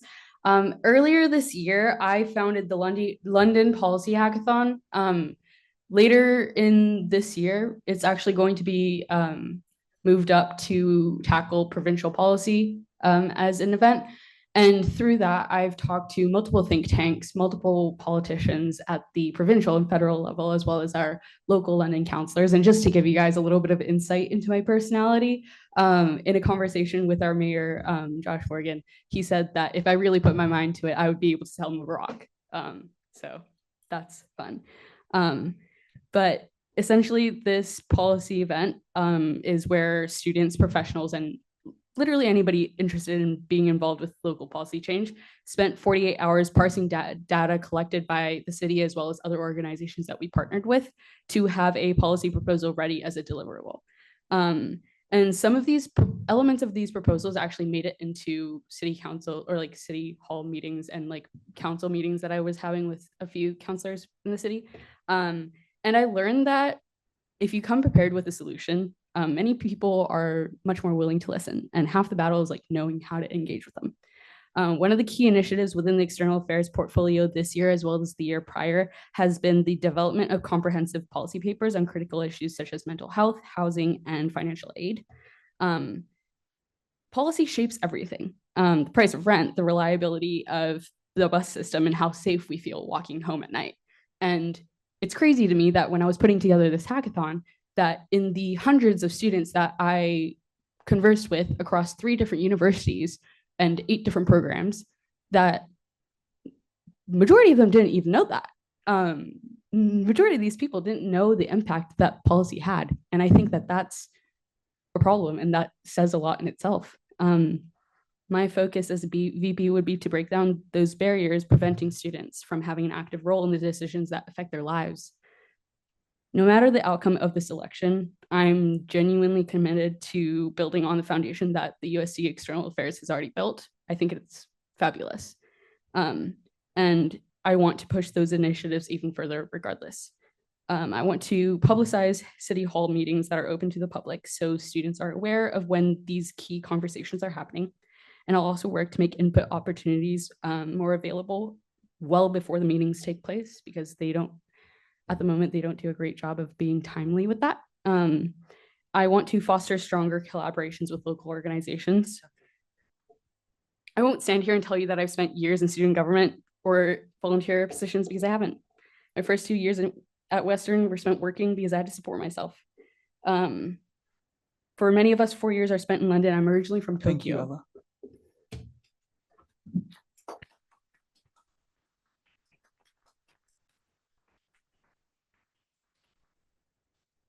Okay. Finally, we will hear from Ridley.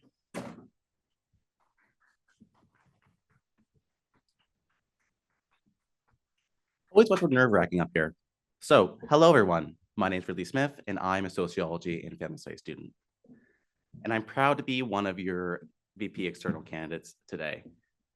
I also want to tell you a little bit more about me and my purpose being here and my mission for this role. I would say the source of my fierce love for advocacy and my beginnings of it started in April 26, 2018, when my brother chose to end his life. This broke me, honestly. I subjected myself, well, not subjected, that's not the word I would use, but I went for many years of therapy.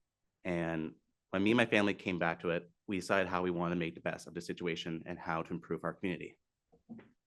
Since we have done through entirely grassroots efforts, we have raised over $140,000 and put $40,000 back in the community via mental health supports. Losing my brother made me an empathetic advocate for everyone who feels unseen, unheard, or without support. I carry my brother with me in every way in my work, because I never want anyone to suffer or feel without support. I will always be there, a listening ear or a shoulder for you to lean on. My career at King's reflects this decision to support marginalized and unheard people. I dove headfirst into my extracurriculars. I was an active member of the King's Pride Project in its founding year, a club that was dedicated entirely to supporting 2SL LGBTQI+ students at our community. Then, in my second year continuing this mission, I became its VP Comms. I also became the EVP Student Affairs, and then also a SOF to support our incoming first-year students. This has led me to my current role as a VPSA of the KUCSC, where I have served my students since. In my role as a VPSA, I've advocated in every single chamber that I've had a chance to for the students, making strides in menstrual equity, food support, as well as accessibility on our campus. It is clear from my university career, my dedication to these principles of effective and inclusive wins, that I have that. I promise to carry these principles with me as your VPEA, and I will engage with as many diverse perspectives as possible, and ensure that these voices are heard across the board. I will work to build a portfolio where all students feel themselves seen and represented in our external advocacy. We must meet students where they are and provide them with community connections and support in a holistic manner, whether it be the faculty, affiliate, or professional level. We can work for these effective, inclusive wins in the now, while also continuing to achieve our long-term goals. And as history demonstrates, I know to do this. I want to thank all of you tonight for volunteering your time. I know it's probably gonna be a little bit of a longer night, but I can't wait to see what questions you have for me. Thank you.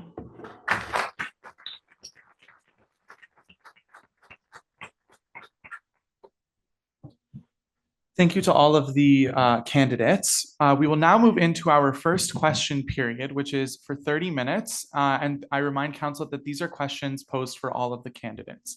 So I now open the floor to council if you have any questions. Yes, Councillor, go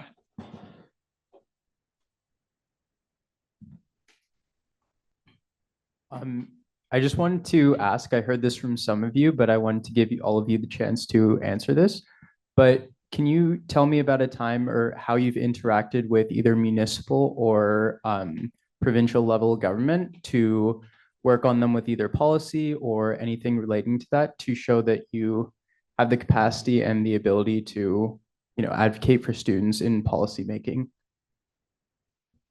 We'll begin with Matangi.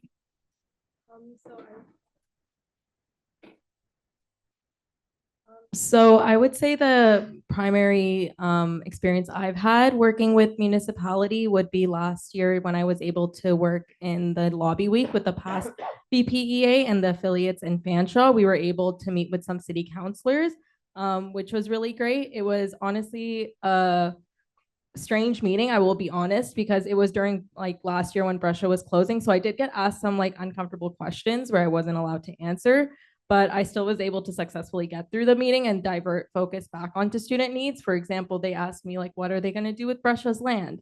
But I kind of diverted the focus back to student needs because that is what my priority is. So that would be a primary example of when I had to advocate for students externally.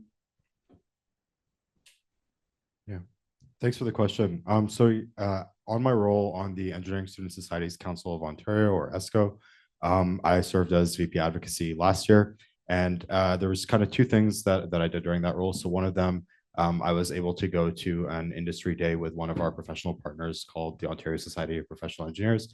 And there I was able to meet with members of provincial parliament from just about every single party and advocate for students' needs, advocate for increased funding, advocate for different laws that they could pass and laws that OSPI was kind of co-authoring alongside ESCO that would benefit those students. And we actually got one of those laws onto the floor. It unfortunately didn't pass, but because of the government that was in place at the time. But it was really kind of interesting to me working on that. The second thing I'll note is that for the Professional Engineers of Ontario, they're also regulated by the provincial government, and they removed the EIT program after some advocacy from me. They're bringing it back this year, and I'll be able to work with them on the future there. That's a great question. I have talked with multiple municipal as well as provincial as well as federal level politicians. I've had to do that in order to understand policy because I don't come from a public policy background. And I think one of my favorite things in that journey and in those conversations was bringing other people who did not necessarily understand public policy and what it meant to advocate for policy changes within your community, to be able to ask them questions, to be able to understand where they come from and kind of meet them where they are and ask them questions based on their professional experiences, which I think was amazing to see students come out who never thought that they would have been involved in policy, be like, yeah, this is something that I care about and this is something that I want to do something about. And so that was really cool because it was a team for this event, which spanned across Canada, across 4 different universities. Thank you. Thank you for the question. So I mainly have experience in municipal politics as of my mandate at the KUCSC is we are only able to work within municipal politics, and anything above that has to go for the USC. So I do have experience in that. For example, this year we've been working with Ward 6 councillor Sam Trosvo in order to get a bus stop at the King's University College or roughly near. As right now, King's students do have to walk about 70 more meters than a typical Huron student or main campus student. That's something we're working on, as well as I do have community engagement with the Propdale Neighborhood Association, where we have worked with them. They're like the neighborhood association of our surrounding campus, as well as we did work with the City of London in getting, I believe, a neighborhood decision-making initiative booth at our campus, which saw a lot more community engagement and getting our students more involved in the London community, which personally is a priority for me as a London local.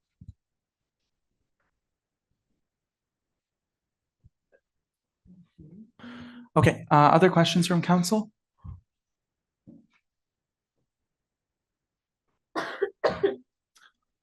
Yes, Vice President Michelle.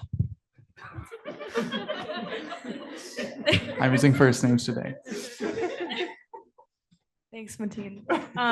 So being Vice President External Affairs, it does involve working, of course, with political stakeholders, but a big part of this will often involve working with stakeholders across party lines, and a lot of those who might do work that really, really misaligns with your own personal beliefs. So nonpartisanship is a very important part of it. How do you plan to navigate that?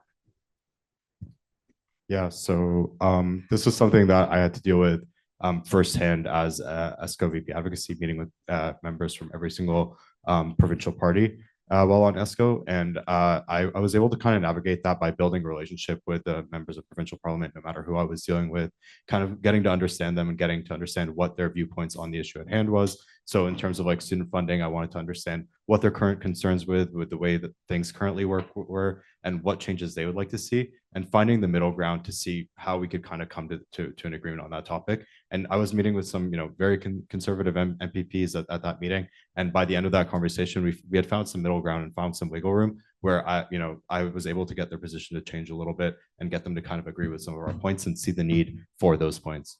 Yeah. That's a great question. Thank you. I think that people in general, if you show them, hey, this is what the majority of people want, they will agree with that, because ultimately that's what a democracy is, and that's what this country is supposed to be. And if you show them that the majority of people is people's opinion align with whatever you're trying to pass and the policies that you want to implement, oftentimes you are heard and those things are passed. And I think that's not a matter of what your political opinions are or what party you're associated with. That's just numbers. If you have people who support what you are trying to implement and you can prove it, that's how you can get something done. Thank you. Thank you for the question. So as your candidate said, I do believe very firmly that if you do find a common ground that you and someone of a different political belief can, I do believe a lot of politicians, even different political beliefs, do have some common ground in some way. I do believe finding that common ground is the key to getting success, as a lot of them will become very quickly sympathetic to causes as long as you explain it in a proper way. And it might just be, again, it might be just a difference of how to look at it. And again, as our candidates have said, I do believe that you need to come with a very strong data-driven approach, and that's showing that there is legitimate want and need for this change. As well as I do believe it's important to come with alternatives and not just stick to one approach. If something doesn't work out, maybe you approach something else and then gradually change kind of less than what you need until you get something that is amenable to both parties, and then you do see real change from that.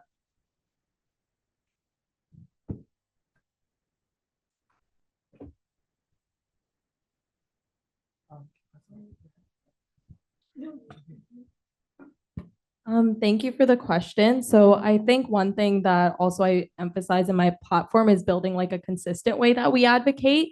So year to year that we have regular meetings regardless of parties, with whoever is in those positions, just building relationships with people. And I also think it's, as the candidates already have said, coming with evidence, having specific focus groups having run and specific stories, I find often also are able to influence policymakers more, get to them on that personal level. And also, I'm a firm believer of doing research. So, like checking their LinkedIn, seeing what standing committees they're on, for example, because that's public information if they sit on parliament, for example. So, just trying to see where we align in terms of like our values and just trying to connect with them in that sense.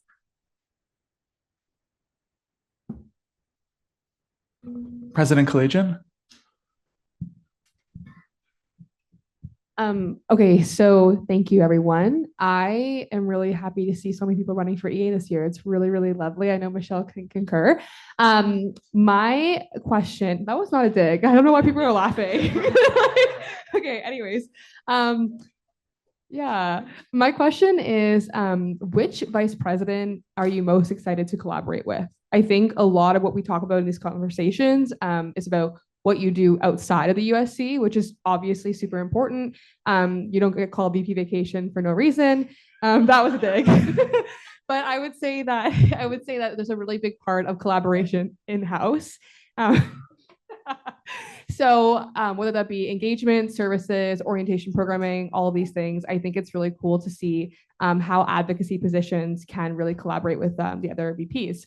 So would love to hear what you're most looking forward to and an initiative that you can work on together with different counterparts at the exec level. We'll begin with Ella. Okay, so I didn't get to finish my speech, but I was kind of going to mention how the last 2 years I've spent like working because I am financially independent and have been since I moved away. So finally being at a place where I don't have to be working all the time and I get to like give back to my community in London and like the connections and relationships I've built. I'm not going to sit here and pretend that I know what you're talking about.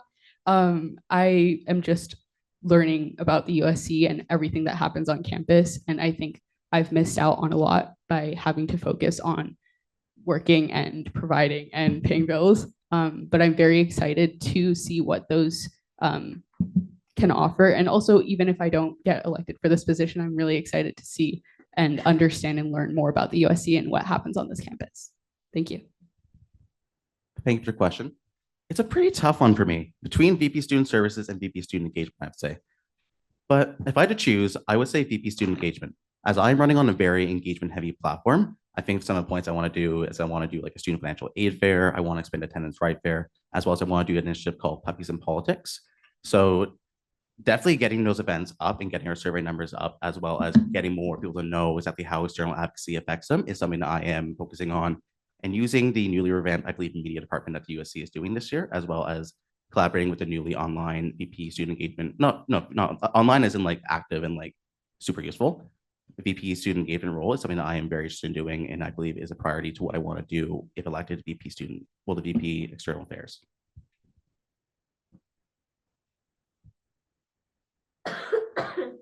Thank you for the question. I love collaboration, so this is probably my favorite one so far. I'm actually going to be a little different and say support services, VP support services. Am I saying it right? Yeah, student support services. Because one thing that Ella said is a lot of students are financially independent, including myself as well. And a lot of the times I did end up relying on the services provided by the USC and provided by the university in terms of support services.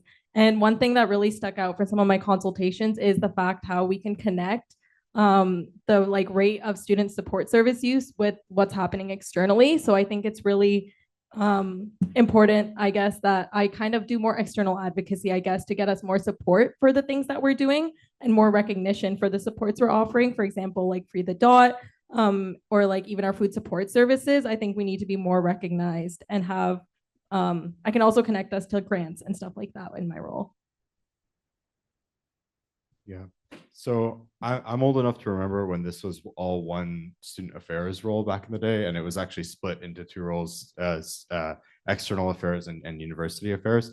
And yeah, and so those two roles are really like forever intertwined, in my opinion, because they used to be one.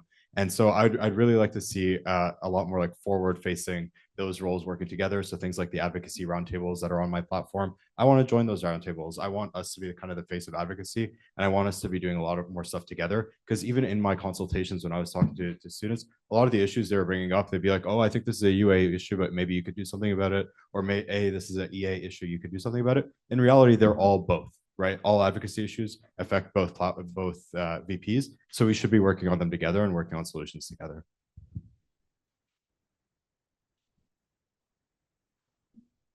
Other questions from Councillor Soto.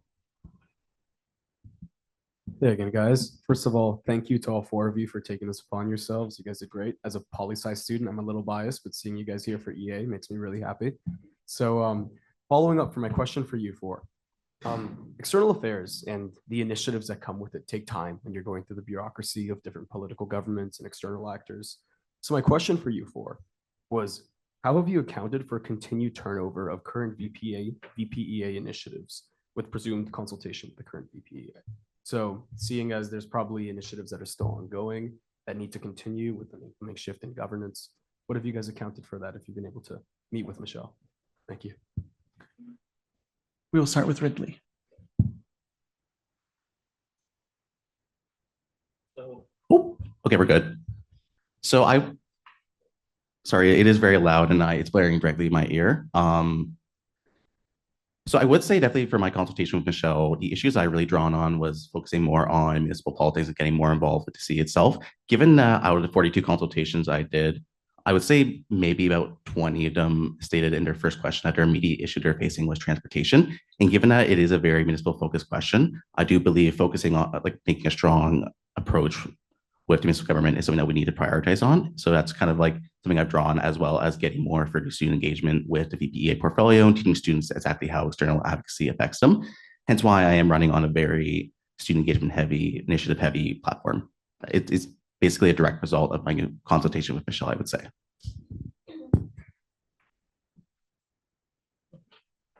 So sorry. Sorry, could you repeat the question? I heard you, don't worry. So the question again is, seeing how external affairs changes take much time, how have you accounted for continued turnover of current VPEA initiatives with presumed consultation with the current VPEA?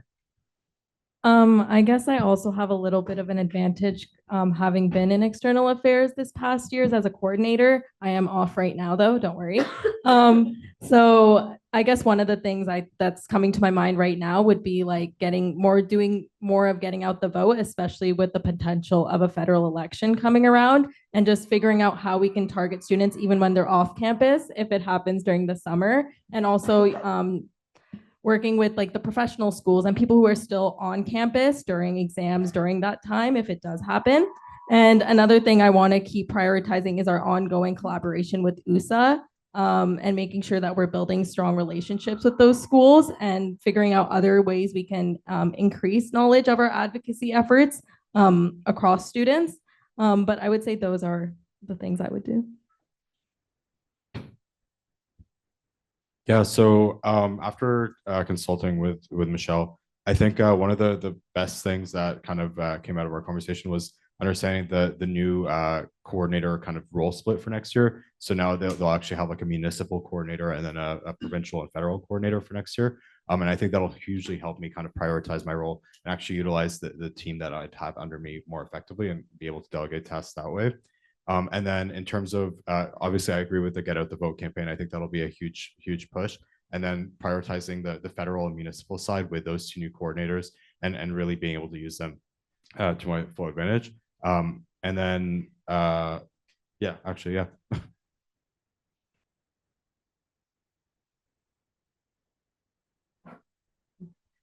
Thank you. That's a great question. I wanted to kind of answer by saying that I have not had the chance to fully consult with Michelle, but I have read a lot of of the external affairs policy papers. I'm kind of a nerd for all of them. I think you guys do a great job of making them comprehensible and digestible, which I really appreciate as somebody who's trying to learn more and like also understand how policy impacts like society as well as this community. And I think like honestly, that's really important. The fact that I can't look up on YouTube how to understand public policy, that's a problem. And the fact that other people are having the same problem and they don't understand what happens in these meetings, they don't want to go on the Zoom and watch these meetings, even though they're open and available for them. And I think to get more involvement is how those campaigns and those already existing kind of strategies are going to be even more successful than they already are. Thank you.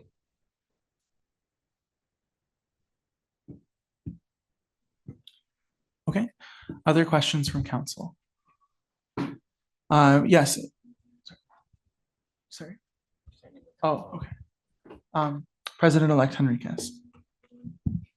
Hi guys, I'll give you the same spiel that I gave the UA candidates. So glad that you're all running, very proud of you. Have also been in a debate, so resonate with all the fears that you're feeling right now. I'm actually going to ask you the same question that I asked them. So there are other advocacy VP roles that exist at the USC. So I'm wondering why external affairs specifically over some of the other roles? Yeah, so for me, it was honestly a kind of hard toss up between UA and EA. I was kind of going between both roles. But I took a look at the experience that I had with my previous roles working with external organizations and working very closely with the VP External on the Undergraduate Engineering Society as well.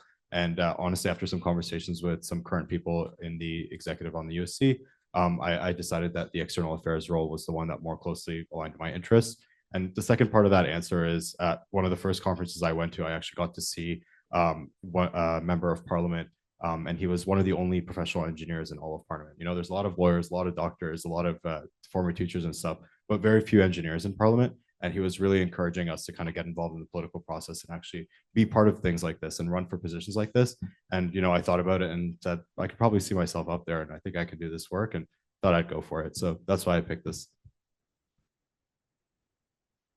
Thank you. That's a really good question. And I just wanted to answer that by saying, I don't think I could run a policy hackathon without understanding external affairs policy. I think I'm originally from Tokyo. My family's still there. So I'm all here alone, scary. But I've spent 3 years here now, and I've created another home for myself. And for a lot of my older peers and mentors who've gone to Western and graduated already, for many of them, they spent 4 or 5 years in London with the city as only a backdrop. And in your words, I think it's our London too. Thank you. So I do want to start off by, I was actually asking myself this question of why did I choose EA? Why choose what executive position to choose? As I actually was considering a few, and I've been considering a few for a good while, I would say. But I would say what honestly flipped me to doing EA was actually my consultation with Michelle. I think she did a very good job. And I realized that a lot of things I'm passionate about, especially as a London local and kind of like my love for the city, it has to do with EA and kind of sharing that love of the city, as well as I take the LTC almost every day. I can't afford a car. I don't have space for a car. So definitely having, I would say, a very strong motivation there. And I do want to genuinely see the change to the LTC. As I think we're starting to get there, there is some strides being made, especially with BRT probably being maybe finished. I don't know. It's been 10 years. We'll see. But as well as in my role as VPSA, another thing that really got me super interested is I actually got to go to a roundtable with Stephen DeBoer, who is the Assistant Deputy Minister and Advisor to the Prime Minister. And hearing about like a bunch of global affairs is something that has really intensified my interest in external advocacy. Thank you, Ridley.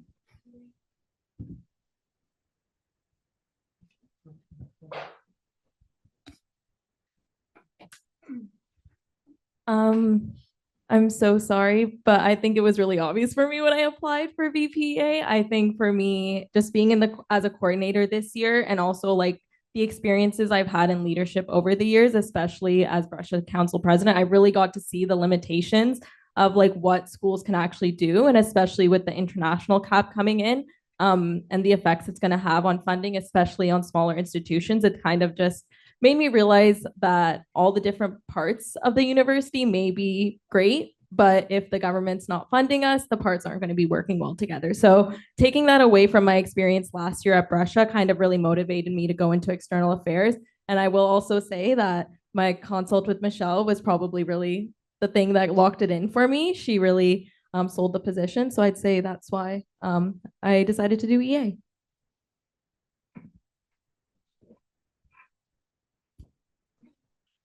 Councillor Ahmed. Thank you. So my question was, are you planning on applying to be USA president, and why or why not? And if you are planning on it, how will you manage that workload and time along with your VPEA role?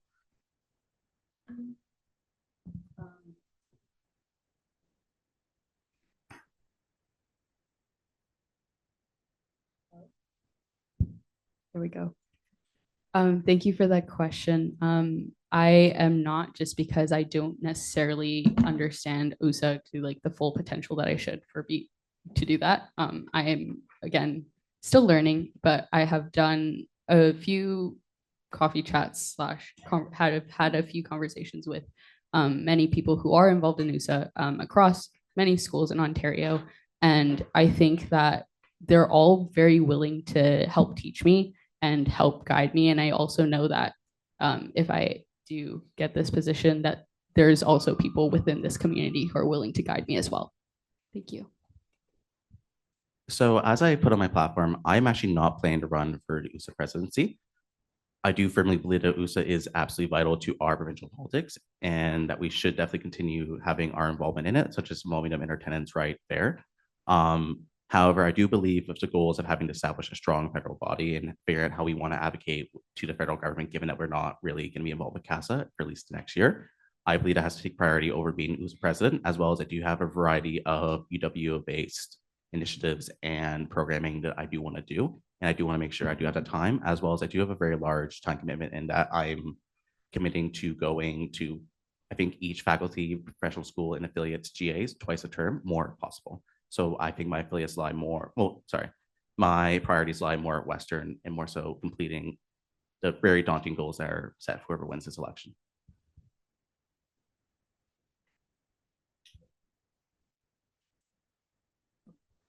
Thank you for the question. I'm considering running for the presidency. I think it's not something that I've fully set my mind on.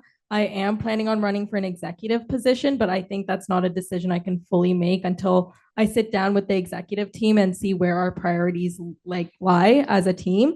If we're trying to focus a lot on municipal advocacy to build those relationships, and also being able to plan something like a lobby week with multiple MPs will probably take a lot of the external affairs resources. So in that case, I would likely run for a different external affairs portfolio, external affairs position, executive position, just because I still do believe that Western students are interested in us being in like the steering committee. So I would still probably run for an executive position, but it's not something I can fully say right now without having like consultations with like the incoming executive team. Yeah, so I am also choosing not to run for USA president. So I already am the confirmed incoming president for ESCO, that engineering version of USA that I mentioned earlier. So that will already be kind of a pretty large commitment. It's a much smaller commitment than USA. It's a much smaller organization, but it's still a significant commitment. And I don't think it would be fair for me to do both. But I do very much plan on still being involved with USA and possibly taking on a smaller leadership role within the organization. I know after chatting with Michelle, there's a big possibility that we'll be hosting an USA conference here at Western. And I think that'd be a great thing for me to take the lead on, because I've already hosted conferences here at Western and I have that experience. So that would fall perfectly within my skill set. And it would be a great way for me to get involved with USA, in addition to possibly like authoring a paper or being involved in some other, large way, but not the commitment of president necessarily.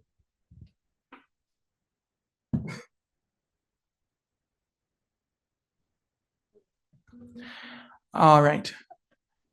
Yes. Can you please state your name and your position if you're an incoming counselor?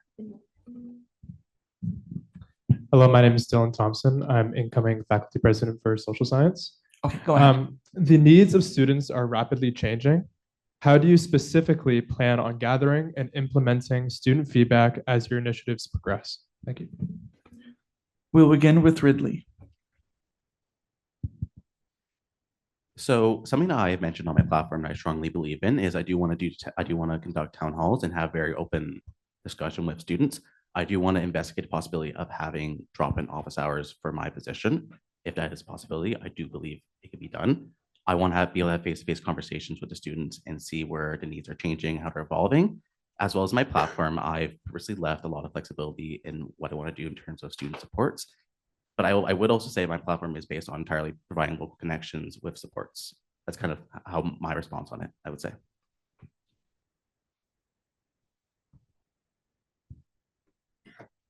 One thing that I would say that my platform is really prioritizing is actually being there. I think one of the VPUA candidates also talked about it, but being actually visible in places where students are. So for example, when we have the like Ontario undergraduate student survey for USA or like any other feedback that we're looking to collect. Once our student intern has that ready, reaching out immediately to faculty, affiliate, and the professional school councils and asking where we can booth and when we could booth that's best for students. So like when it's high traffic time, just so we're in spaces where students are comfortable, rather than expecting them to come to the UCC potentially out of their way. And also just continuing to offer incentives. I feel like that's the best way to get student engagement for things like surveys, but also just being there so we're transparent with why we're running these surveys as well. Yeah, I have a couple answers for this. They're kind of scattered throughout my platform. But I guess first and foremost, it's you folks. That's why you're here. You're here so we can ask you these questions and kind of get that feedback on a general student scale. But then I also want to work with, you know, any of my counterparts on your faculty councils, work with any like VP advocacies, externals, student affairs, whatever your council calls them. I want to work with them and kind of have that relationship with them. And then I also have in my platform that I want to, you know, visit the faculty council meetings, present at the faculty council meetings, booth at different buildings across campus and not just do them here in the UCC. But I think, you know, overall, just keeping an ear to the ground, making sure that students are engaged, kind of finding those students that are interested in these issues and having a feedback mechanism for them through surveys and through engagement and through actually talking to them in person at meetings and at booths.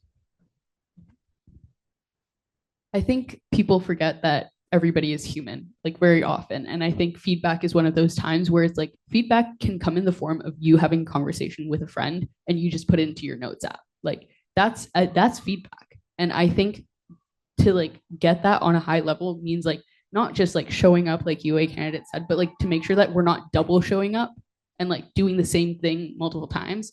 Because I think the people who want to be heard will make that effort to like go find those sources and go make their voices heard. And it's a matter of like making other people feel comfortable as well to be like, okay, this is what I think and this is why I think it.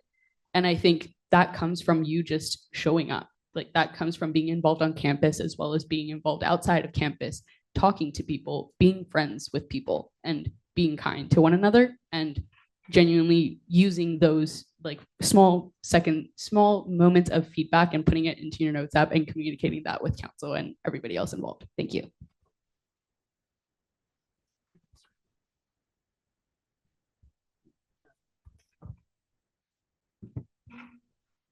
The question period has come to a conclusion unless, okay. Is that what you, yes, Councillor Yang.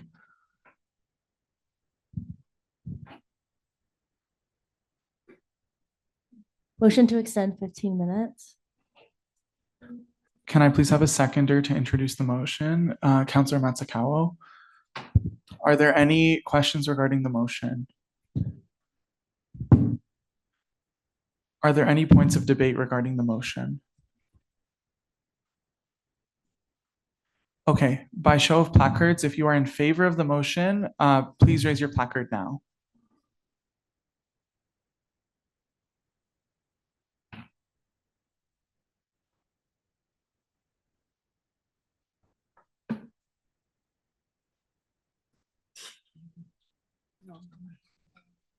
Thank you, councillors. If you are against the motion, you can please raise your placard now.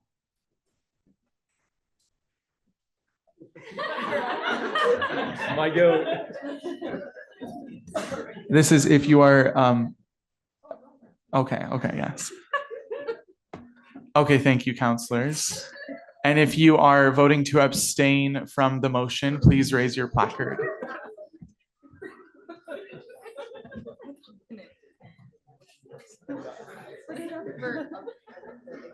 Thank you, councillors. The motion does pass and the question period for the Vice President External Affairs candidates has been extended by 15 minutes. I now introduce council for any additional questions. Councillor Yang. Faculty of health science students often feel like an afterthought when it comes to external advocacy.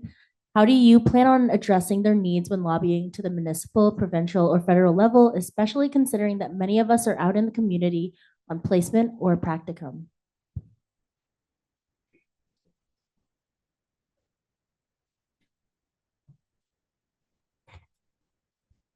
Thank you for the question. I think one of the biggest things is in terms of when we're doing municipal relationship building is when we're advocating for things like extended hours for the LTC, kind of just reminding our stakeholders of where students are going when they're going for placements early in the morning.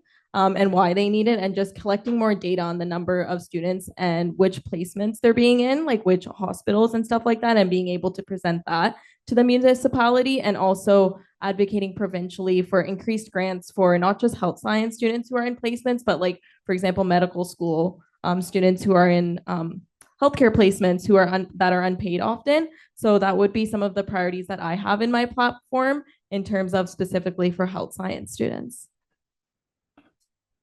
Yeah, so like specifically for health science students, I don't know if I necessarily have something for that, because our main platform point is mine is to work directly with your councils and with the students that represent those students that you say are aware placements. And it's not just health science students. I know it's medical students. I know it's engineering students on co-op or internship. I know it's education students. So it's multiple faculties that have this issue of students that might not be present at all times of the year. And I think that's why it's so important to work directly with their faculty councils, work directly with them, and understand when those times that students are available are, what is the best way to get feedback from students? Is it through an email blast? Is it through an Instagram post? Is it working directly through your council to get those posts up? And doing that method that the faculty councils actually recommend, not just asking and not doing anything about it, but actually like working with them directly and following up on that and making sure we follow through and actually achieve it. Kind of expanding on what other candidates have already mentioned, I think also the University Affairs candidates also mentioned this, but to be present is very important. Like to be able to meet people where they are and make the time for them so that they feel heard and they feel like their voice is also having a say, I think is really important in general, because that's how you keep coming back to your external affairs VP and go, okay, these are our new issues. These are the new things that we're dealing with. These are the new things that we kind of need help with. And I think to be a person who is kind of making that accessible and like willing to meet you where you are, like across faculties, is just an important characteristic, as well as just an important trait within the person to also have, to be like, okay, yeah, like we need to make sure that these things are being included. Thank you. Thank you for the question. I would say for specifically health sci, as well as other faculties and associations that do have programs that have like practicum or otherwise take students off campus, I would say my platform focuses heavily on working specifically with those councils, given that I trust that the association councils and the faculty of health sci student council probably does have a very strong connection with those students, even when they are on their practicum or are not necessarily present on campus. I do believe as well having a strong VPEA media on our Instagram or like USC Voice is something that could be another way of doing that, given that media is very easy to reach and is becoming much more prominent as a way of communication. Personally, I want to do a weekly to bi-weekly series akin to the Sunday series last year, where we update students on VPEA initiatives, advocacy goals, and really reinforce that students are able to access these students. Well, not students, sorry, these executives and student leaders. So that's my take on it. I just personally that we need more interaction with association and faculty councils and trust in that they have the connections to help with that. Councillor Sri Poppy. In my own experience, I've noticed that a lot of the times before going into student government and after going to student government, plans often change as you realize that some things are just unable to be done, or there's a lot more barriers than you first expected. So if you were to be given the option of only choosing one of your platform points, which ones would you choose to focus on the most and why? That is so difficult. But if I had to, like, aside from kind of the engagement and the ones that are more general and apply to everything and I think are cheating answers, The real like platform point, I guess, or thing that I'd advocate for the most is the bus rapid transit part of my plan. And that's for two reasons. One, so that north and west leg that the city council canceled, but is now considering bringing back. If that gets implemented, it'll solve a lot of the transportation issues that students are complaining about. It'll give them 5 to 10 minute headways on busy routes and ensure they don't have delays and give them a higher class of transit. But the second reason is it also increases the zoning along those routes. It brings that zoning from low density zoning to high density zoning along that railway, not railway, sorry, the BRT way. And if that happens, that means you can build high rises, multiplexes, multi-unit developments, and bring more housing at the same time. So it's really like killing two birds with one stone. It'd be a really effective strategy. And it's something that I really, really want to focus on the municipal level. Kind of going off of what Omar just said, but like at the municipal level, I think it's really important that like Western has a seat at the table permanently, 3 times. Okay, guys. It's important that those things stay in place because a lot of the times you see policies change, positions change, and seats at the table change. And I think to be able to make sure that Western has seats on certain standing committees, such as like the transportation as well as the strategy planning committee, like I think those are two very fundamentally important roles and places for the VPEA to be active. And I think that that would be like my main point. Action. Thank you. So I think for me, it would be anything to do with student engagement, like my niches like puppies and politics, like a stronger media using, for example, the USC Voice to highlight students' work in the community. Generally, any permanent changes that any changes that would increase student engagement with the VPEA portfolio and lead ultimately to change in the future and build upon a better base for the next VPA after me to succeed. As personally, my mindset is that I am thinking of transition as soon as I get into the role and making sure I set the person after me with something better than I came in with. That's personally what's important to me. And so I would go with student engagement.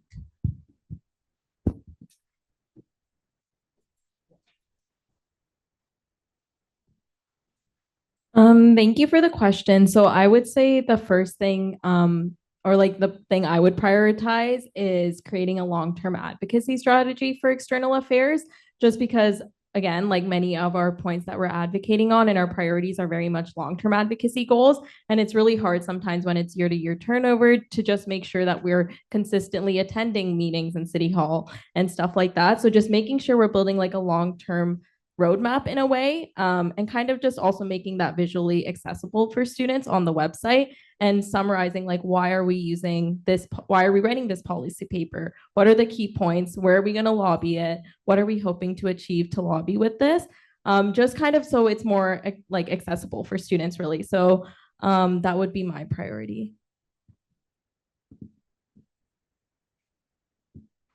Councillor Triantafilakis.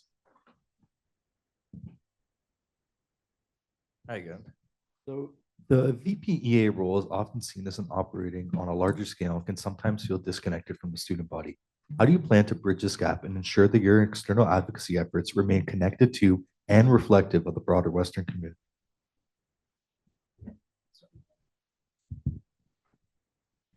I think one of the most important points in order to make sure that I'm still connected to this campus is to make sure that I'm here. I think that a lot of efforts have been made to like advocate for students where it's like you have to be in other places, you have to go like to different cities as well as different locations for different conferences, etc. But I also think like a lot of my life is in London. I don't have anywhere else to be. And I think my home, my people, and my base is here, and not just in London, but at Western as well.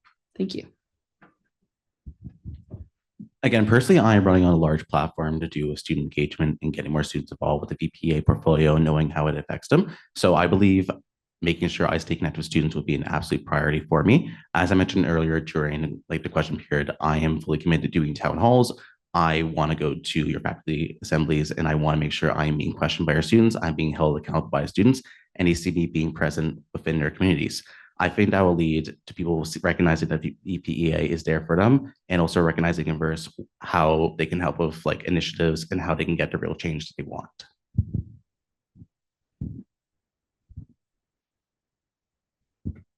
So one thing is being in the external affairs portfolio this year as a coordinator. I know Michelle definitely wanted to be here a lot more, but just couldn't because of like all the responsibilities that you said come with external affairs. So my biggest thing is delegation. So like actually utilizing my coordinators and my AVP to also be going out there when they can. Because I'll be honest, I just think it's unrealistic for me to always be everywhere. If I do get the role, so just really delegating and utilizing the resources that we have as the USC, for example, the hype team. So providing them with like an external advocacy training for them to actually be able to support us with our events and stuff like that. And one other thing I also wanted to focus on is running like a consensus of whether we would have interested volunteers to form like a similar coordinator run volunteer base committee, just so we could have more civic engagement as well and more people to boot those things and actually connect with students. Yeah, so I definitely echo the utilizing the coordinators and delegating. I'd also echo the kind of previous answer I gave of working really closely with the VP UA and making sure that we're kind of trying to be present together and presenting as one advocacy unit to students. It's easier than trying to explain the difference between external and university affairs. It's just really advocacy at the end of the day, and then we kind of figure out the rest on our end. And then so that kind of combines the two teams and the two efforts to collect data that way. And then the third thing that I really focus on is data-driven advocacy, making sure that everything that I'm saying, everything that I'm presenting, and everything that I'm leading with is based in data that I can point to a number and say, this is why I think this is important. This is why I'm asking for this. I think that is the hardest thing to argue with is data-driven advocacy, because it's real and it's tangible.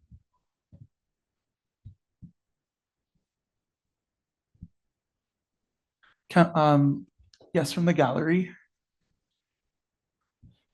Yes, sorry. Thank you. Can you please state your name and incoming position?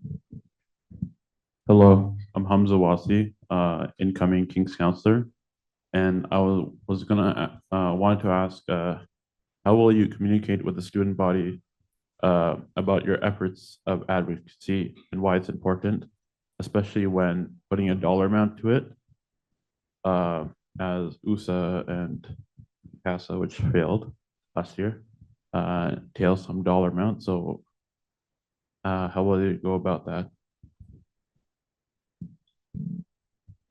We'll begin with Ridley. So going back again about how I want to engage the student body, I do want to do my videos. I do want to be directly like voicing what I am doing and keeping, I wouldn't say a real-time track of what I'm doing at this exact moment, but at least giving a weekly update. Because something I'm finding and an issue identified in my consultations is that students find even USC meetings like this where they are allowed to attend, which I know today is a bad example because the galleries are full, but oftentimes students who do still want updates from their USC executive, who they are paying for, oftentimes don't get them. So that's why I'm really focusing on engaging students via like short content, as well as like, I would say very short form content and ways that can make advocacy, which can sometimes be very undigestible with like a bunch of jargon, acronyms. That's kind of my focus on it, I would say.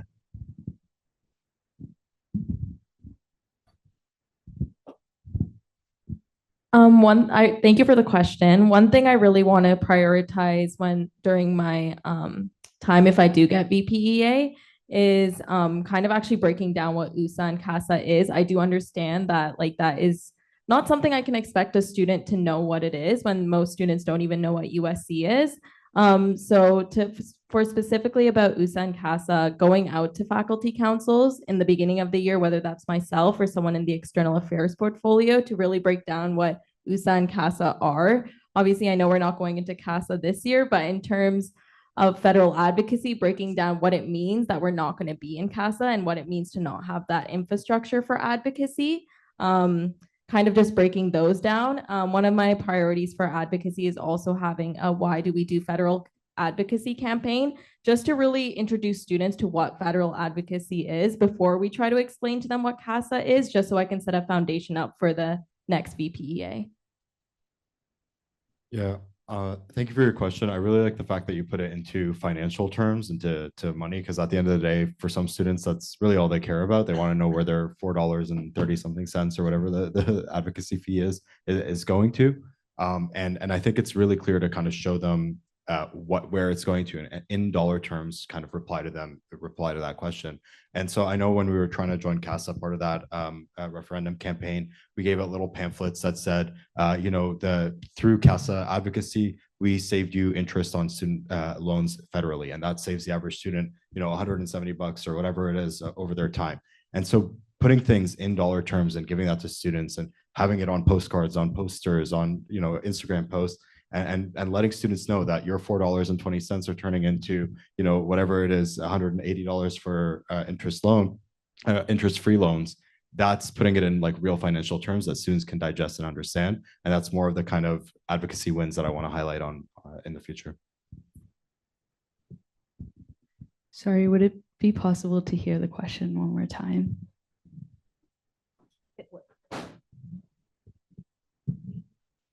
So the question was regarding communicating with the student body, and how will you go about communicating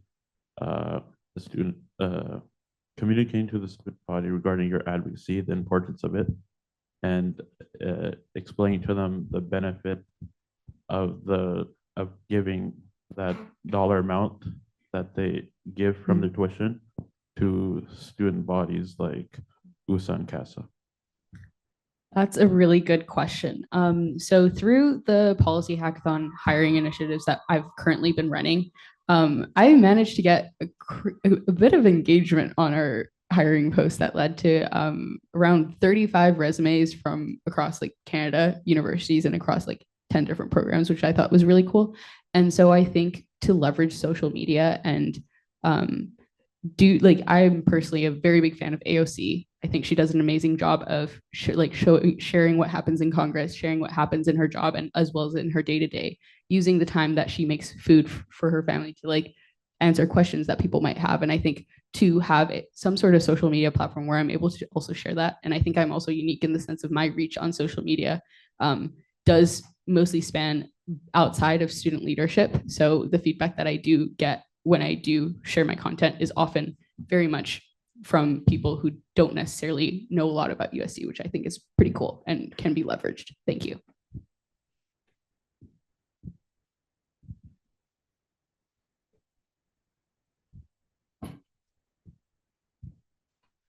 Okay, this concludes the general question period for the Vice President of External Affairs candidates.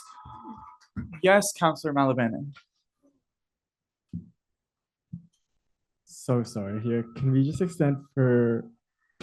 amend to extend the question and answer period for 5 minutes? Just one more question. Can I have a seconder to introduce that motion? Councillor Teotarascu. Are there any questions regarding the motion? Yes, Councillor Gleed. Can you just repeat how much time was asked for? I couldn't hear you. Yeah, so the time that was requested by Councillor Malabanan was 5 minutes. Councillor Soto, do you have a question? You guys are gonna hate me. Can I move to amend it for 10 minutes? I have a question I want to ask these guys really badly. I'm so sorry, everybody. You can throw things at me. So we will address Councillor Malabanan's motion, and then after that is resolved, you can then bring up your motion. Understood. Thank Okay. you and sorry, guys. Are there any other questions regarding Councillor Malabanan's motion? Councillor Malabanan. Can I just amend my original motion to make it 10 minutes? Yes, you can do that. Okay, so just to clarify, if in case you can't hear with the cheering, there was an amendment made to this motion to extend it by 10 more minutes. Are there any other questions regarding this motion to amend? Councillor Gleed. Just clarifying, 10 minutes total, not 15? Yes, Councillor Malabanan, can you confirm it is 10 minutes? Yes, it's 10 minutes. Okay. Are there any other questions regarding this motion? Are there any objections to the motion?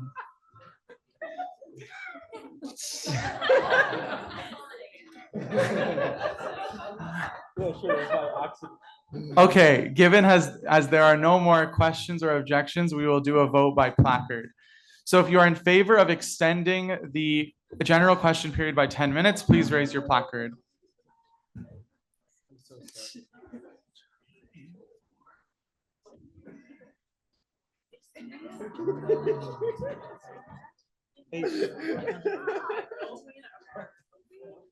Thank you, councilors. You can put your placards down. If you are voting against this motion, please raise your placard.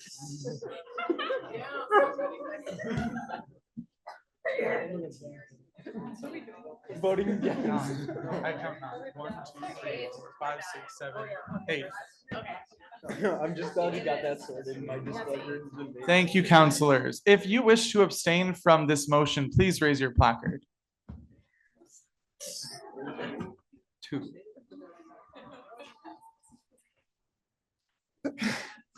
The motion passes, and the general question period for all VPEA candidates has been extended by 10 more minutes. I now invite council to ask any further questions they have for the candidates. Councillor Soto. Thank you very much. Sorry, everybody. You guys have been through the ringer today, so I'll try to make my questions short, but I think when we're talking about external affairs, it really does matter. It's actually just a rehash of my first question I asked the University Affairs team, which is, where is it? Seeing how, my apologies. With international student cuts impacting university operations economically, what plans do you have to uphold student supports on an external affairs level? I'm thinking about the international student cuts impacting and how that's affected by both the federal government and the provincial government with their education ministries and how that might impact day-to-day operations with the university as a whole, how you might be able to liaise externally and perhaps collaborate internally with executives here. That's something that's going to be very big for the next few years. And I'm wondering what your guys' thoughts are with that. Thank you. We'll begin with Matangi. So that is something that is a big priority of mine in my platform. So just doing a lot more advocacy and collaborating with the University Affairs to actually collect input on which services are being affected by lack of federal funding, especially as candidate Jenna said, like supports for Western International, for example, have been cut. So just understanding where grants have been cut, because sometimes that's not transparent with us, and making sure students are informed. So it's not like year to year, suddenly their funding is being cut, and also just advocating on a behalf of a more sustainable model for post-secondary education, keeping in mind not advocating for just the lift of an international cap, but for universities to have a more sustainable model and not be relying on excessive fees from international students, and also just having a lot more data collection on what the exact information international students will need, what the gaps are from what's currently available, and just addressing that together. So this is like one of the very few places I'll say Western's done an okay job with this problem. We're one of the universities that like rely the least on international students. Not to say it doesn't impact us, but I think this is a problem from my consultations, at least, and my understanding, that impacts the affiliates more thoroughly than Western proper. So I definitely want to kind of focus my attention on those programs that are impacted the most, those likely being those of the affiliates, and kind of making sure that they're supported. And then from kind of my understanding, really where this is going to impact Western the most is in our graduate programs. So it's not really necessarily our job to represent those students, since we're the undergraduate, we kind of represent undergraduate students, but definitely working with SOGs to make sure that those needs of graduate students and the faculties that are affected by those cuts on the graduate level, which, you know, cut faculty funding in general, which then cut undergrad funding. So that kind of trickle down effect, making sure that those are well represented. I'm very lucky to have spoken to connections that I have at the federal level regarding international affairs and global affairs. It was honestly, it's super inspiring, and like it kind of gave me lots of insight to like what's actually happening at that level of national politics. And I think that it's not just the international like funding that's being cut, it's university funding in general, which is a pretty scary time to be in. And considering the fact that we also don't know, again, if there's going to be a federal election or not, I think it's just critical that we're maintaining the relationships that we need to have in order to survive the consequences of politics that don't necessarily work in our favor. It's important to adapt and problem solve and be ready to face anything that comes our way. And I think I have the connections to be able to make sure that everything's okay. Thank you. I will say the issue on international student caps is definitely one of the largest issues that universities across the entirety of Canada are facing. I myself am witness to how Kings is responding to it as my role as a VPSA currently, as I am basically our equivalent of a senator as well on our academic council, and I am purview to seeing how our financial records are. As a lot of candidates said, Western's doing relatively fine. Affiliates are hit extra hard. I do believe that we need to advocate as a collaboration between the UA role and with provincial government, federal government on mandating universities have a more sustainable model of finances rather than just relying on international students, frankly, using them as an easy cash cow. That's something I do believe that we need to do and is the primary way to respond to it.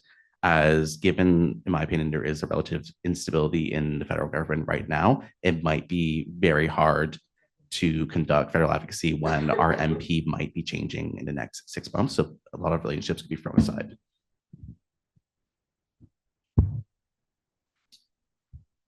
Yes, Vice President Watchis Johnson.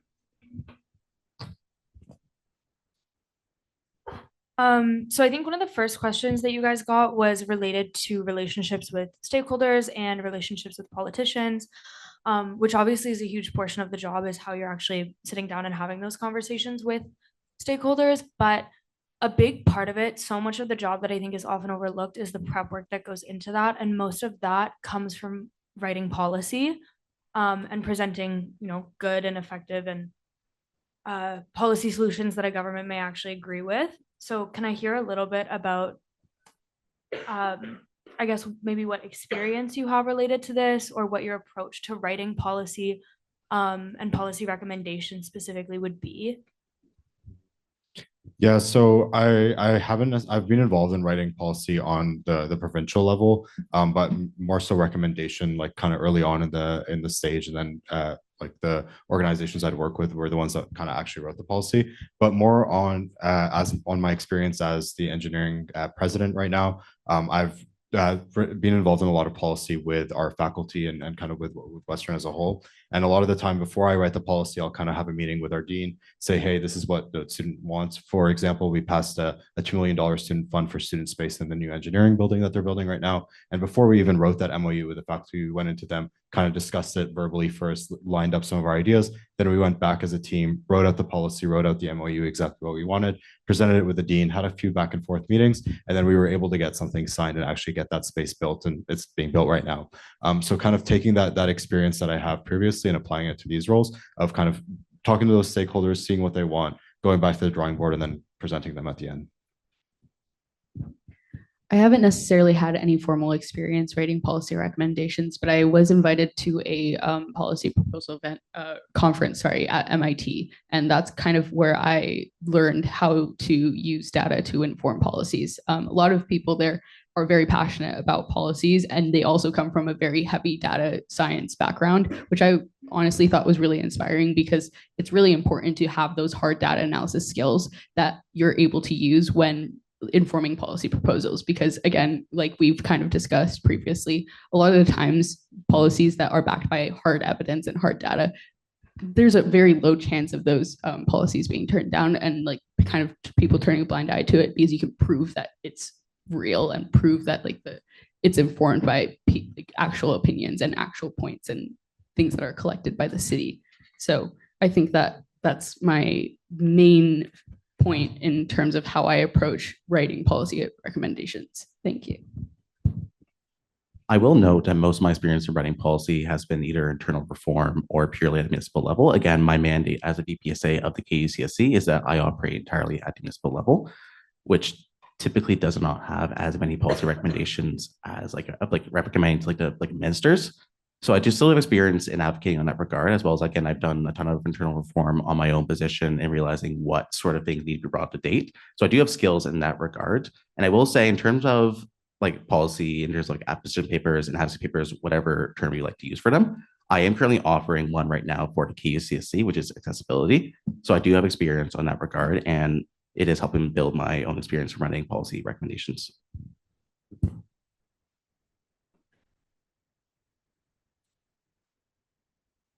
Thank you for the question. So I'd say I've been fortunate to actually have quite a few experiences with policy papers. So back when I was at Brescia as student council, especially with everything that was going on in the last 2 years, there was a lot of policy papers that we had written within our council. It was an initiative that we had just recently started. And then again, as an external affairs coordinator, I was fortunate enough to have the opportunity to co-author one of the USA upcoming policy renewals. So I got to learn a lot about effective ways to not just work alone in terms of writing a policy paper, but a collaborative way. So like how to effectively work in a think tank, like how much research you should be doing beforehand before going into those meetings. So you're able to be an effective collaborator with everyone else you're working with.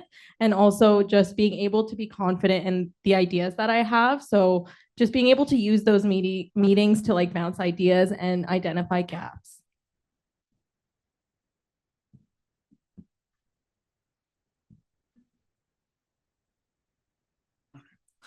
Thank you, candidates. This concludes the general question period. We now move into the 15-minute targeted question period for each of the candidates. So I now invite council, if you have any specific targeted questions for the candidates, that you can ask those now. Councillor Sharma. My question is for Ella. So how do you plan on working with the affiliate councils to make sure their voices are heard on external policies and motions? So I'm very lucky that my house that I live in includes a pretty diverse set of girls. I'm very happy to have had that experience because I think it allows me to understand other campuses. I've also taken Chinese at Huron because they don't really offer higher Chinese courses at main campus. And I think that, again, it's just important to like understand where they're coming from because the environment's very different to main campus and the priorities and reasons for why students are there are also different. And I think it's really important to understand that and to also be wary of that when conversing with council members as well as people who are trying to be heard. Thank you. President Kalajian. My question is for Omar. Where do you see your role as VPEA and like the traditional USA route, USC routes intersect the most with ESCO? Yeah, so I think like ESCO and USA operate pretty similarly as organizations. We have a very similar level of membership. I'll say one of the main differences with ESCO is that we don't really have any professional staff, so it's a lot more like student-led and students kind of doing everything that way. And I think where that experience really intersects with the EA role and the USA role is the experience of having to get 18 schools to kind of agree on something and come to consensus. And I'd actually say my experience on CFES, so the Canadian Federation of Engineering Students, is even more of an example for that, because then you have to get 4 regions, including Quebec, to agree on one issue, which is honestly way bigger of a challenge than you can think of. We spend half the time just arguing what language we should talk about things in, let alone what the actual issue is. But actually being able to build those bridges and navigating those challenges and actually coming to really productive solutions at the end of the day has been something that I'm really proud of across those 2 organizations that I think I could bring to the table here. Councillor Bennett. Yeah, my question is for Ella. I'm just wondering how you plan on representing all students and faculties, considering you did not consult with BIMS, arts, or music, who already are generally underrepresented at a USC and EA level.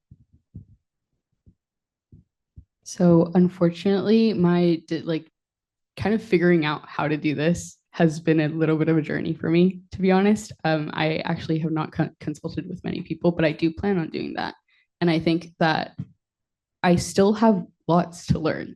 The fact that I'm here in general is honestly quite surprising to me. I almost considered not coming here tonight because I know that I have so much to learn and so much yet to understand about what the USC has to offer and what the USC does.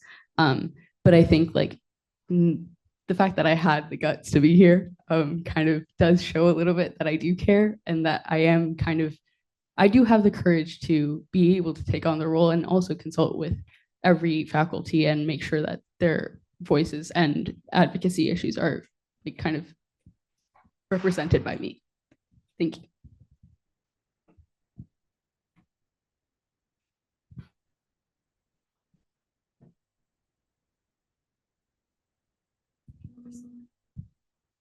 Oh, yes, in the gallery. Can you please just state your name and position, and then you can proceed with your question. Thank you. Hello, Hamza Wasti, King's incoming King's counselor.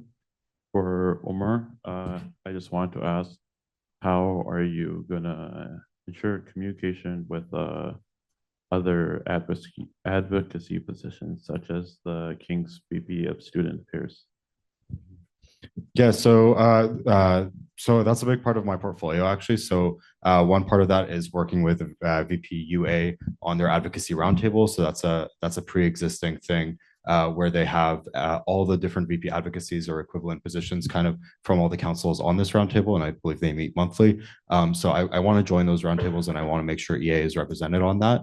And then the other part of that is also my platform where I plan to actually go to these council meetings, build those relationships early on in the year, and then once again, second semester, and really meet one-on-one with the councils and the various students, and then maintain that relationship and invite them. Yeah.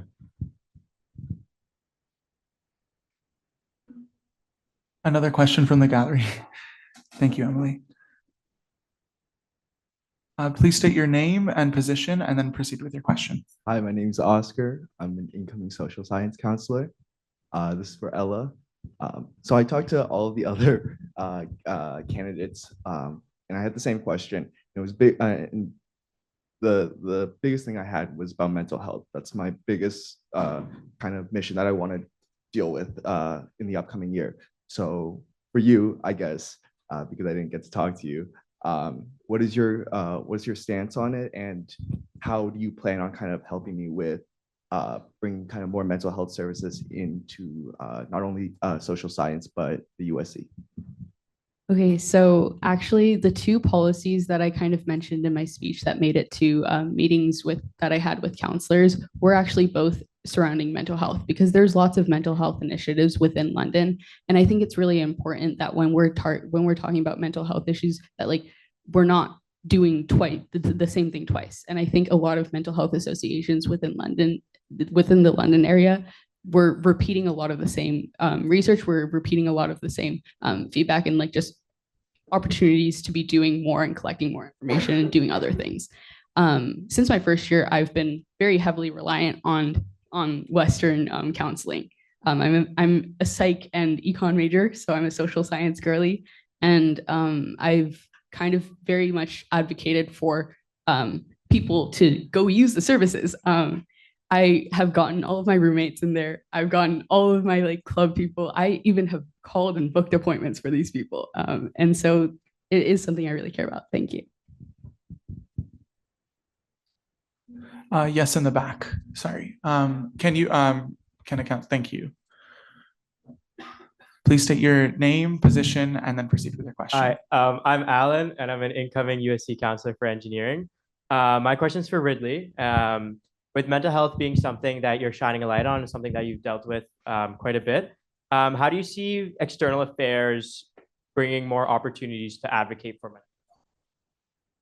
So personally, I see the role of EA in mental health, particularly navigating the London like mental health resources and what currently does exist.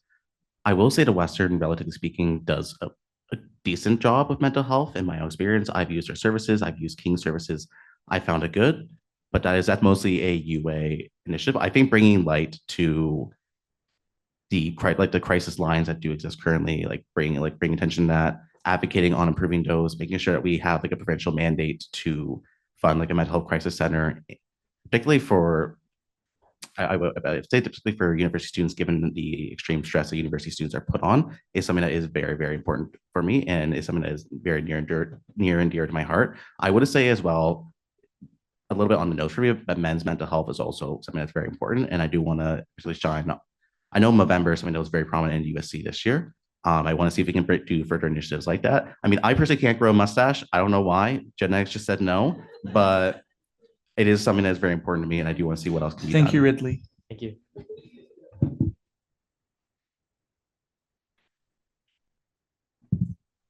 President Kalajian, do you want to defer?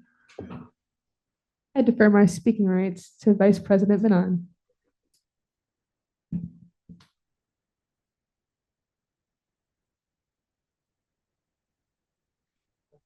position and stuff? Okay. No, Yeah, you're good. okay.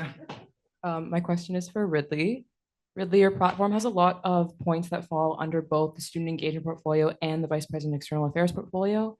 My question is, what do you think the value is of bringing student engagement in on your engagement initiatives? Because external affairs is a portfolio that is primarily focused in external advocacy, and you'll have a vice president student engagement to collect feedback and run engagement initiatives. There we go. I do think you do a very valid point. I don't want to like step on too many toes there. However, I do think starting more EA initiatives that are kind of like focused on getting further student engagement and getting more people to recognize what the EA portfolio does is something that should have special attention paid to it next year. I do want to make sure I'm doing it in a way that is respectful of the VPSC's portfolio and their own initiatives. So I do want to make it collaborative in manner, and there is something that they would rather like kind of guide me in how they want to do it in a certain way. I do think that's very important because then they are hired for their expertise in student engagement. So I will say I am relatively flexible in my platform goals on student engagement, kind of depending on whatever they do recommend. But I just believe it is very important for getting our survey numbers up, which from my consultations and kind of like lived experiences of approaching something with like a certain number of like survey responses versus their responses, versus like a higher number, I do believe that will lead to significant like advocacy changes and improvement.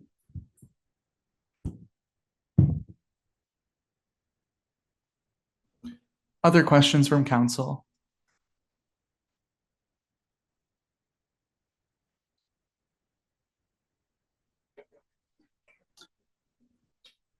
Yes. Just please repeat your name and position. Alan, incoming USC Council for Engineering. Am I allowed to ask a general question? Okay, never mind. I retract my question. Oh. Okay, are there any other targeted questions for the candidates? Councillor Lee?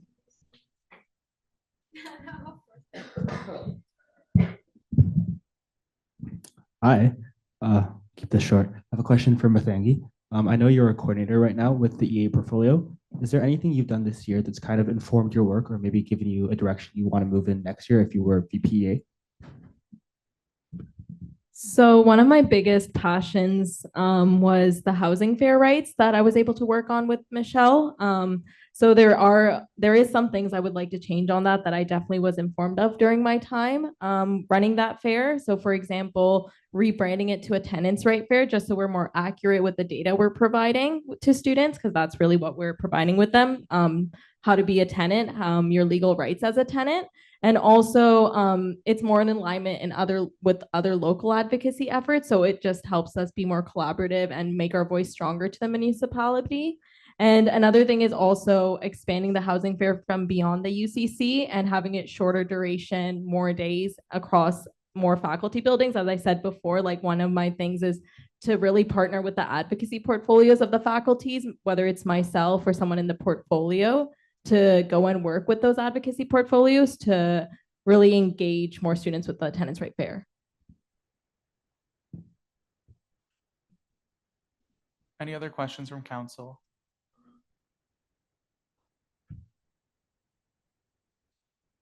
Yes, in the gallery.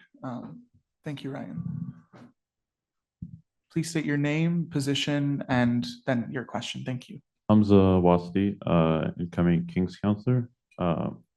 This is another question for Omar, just because you'll have multiple positions, as you've stated, and I just want to know how you will balance those roles. I know you may have touched on some points, but kind of how will you balance the roles as they are, as I know for the VPEA is quite demanding.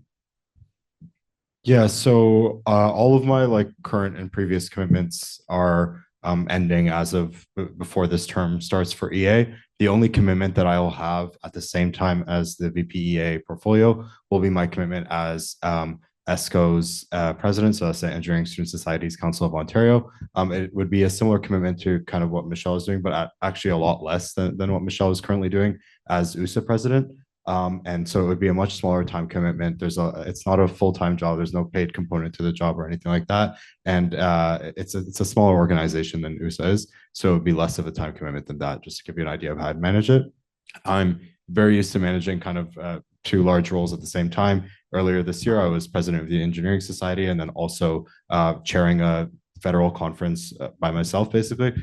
So that I've done it before, and I have the confidence in myself that I can do this role and also that. If there ever is a conflict between ESCO and this, I will prioritize this.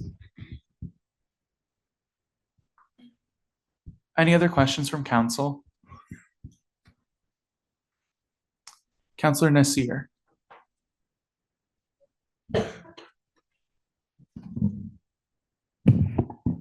So my question is for Omar. Can you give us an example of a failed advocacy attempt in Western, why it failed, and if you were responsible for that advocacy campaign, what could you have done different? So with advocacy attempts, I'd never say they failed. I'd say they just haven't happened yet. Because everything is a work in progress until it happens, right? So the advocacy is a long game and never really fails. For a personal one that I've been working on that I would like to, I wish I had been able to complete in my term as president, was having an extended engineering degree or kind of charging for courses by the term, by the course instead of by the term. So right now it costs you the same amount of money to take 3.5 courses or 6.5 courses. And for students, especially in courses that take more than the regular course load, that leads students who have to work part-time or have mental health issues or have other things that may need them to come down, then they have to pay for another whole year of schooling. So that was a priority for me that I wasn't able to complete this year because it was a more complicated issue than just engineering and had to go through the Senate. But yeah.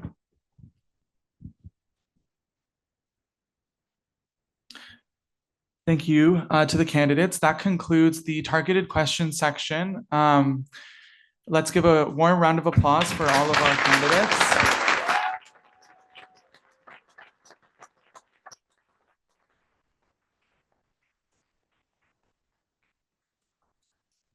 I now move for a 10-minute recess. We will resume at 10:18 p.m.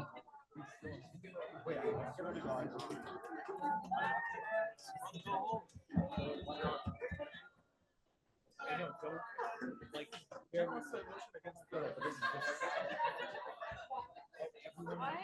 bad.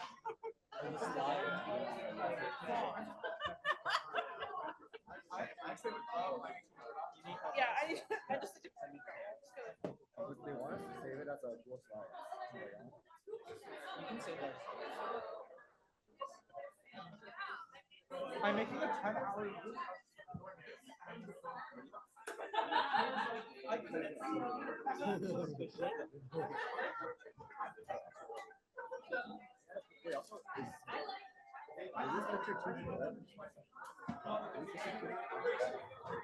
I would say, yeah, I'd say give that slightly.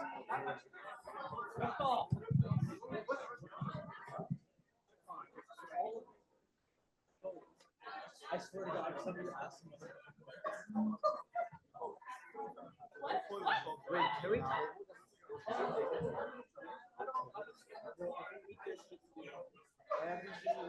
Wait, basically.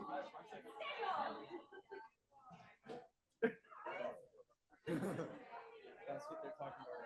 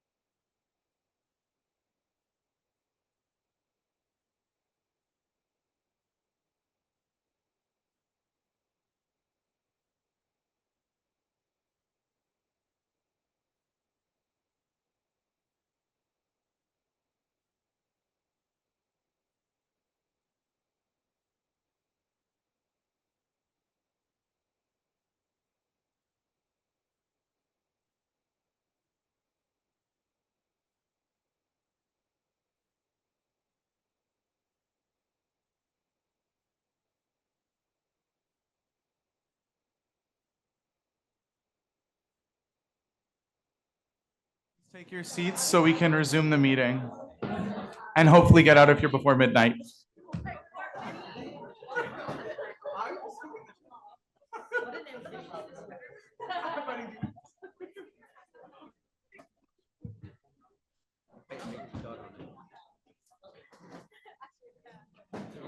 I really like it. It's kind of nice. I remember I don't know if I will. Then I got one. I'm like, it's nice though. I always get them.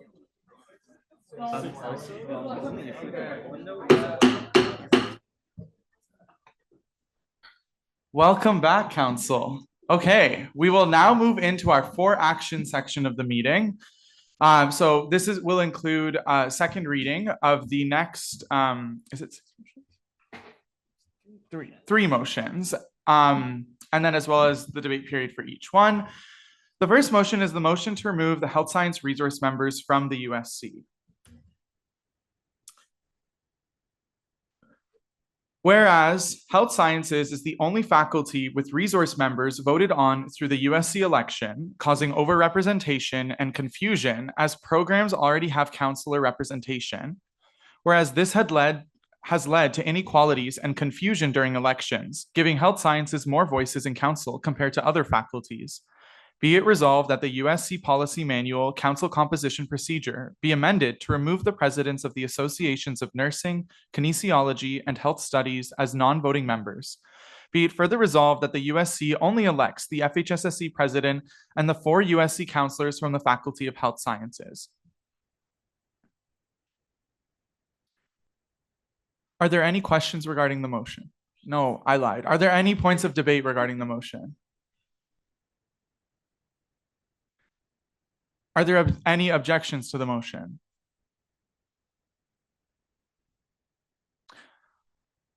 Okay, please proceed to Echo 360 to vote on the motion.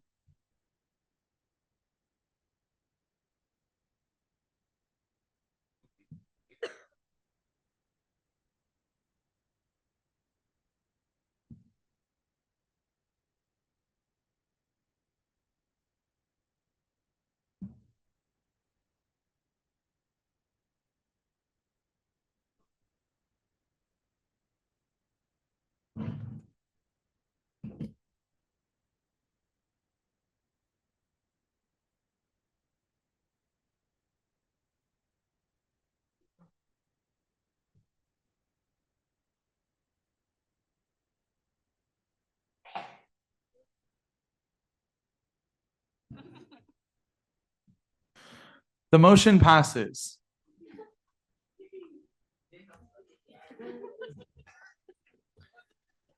The next motion is the motion regarding council approval of the USC budget. The motion reads, whereas the cost of living is a concern to students, and whereas the political environment is changing rapidly and the USC needs to be well positioned to respond, and be it resolved that council approve the 2025-2026 executive budget. Be it further resolved that council approve the 2025-2026 fee bill. Can I please have a seconder for this motion? Councillor Malabanan. Are there any points of debate regarding the motion?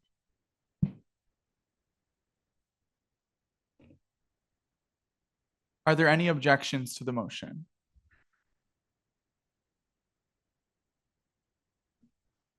Okay, please proceed to Echo 360 to vote.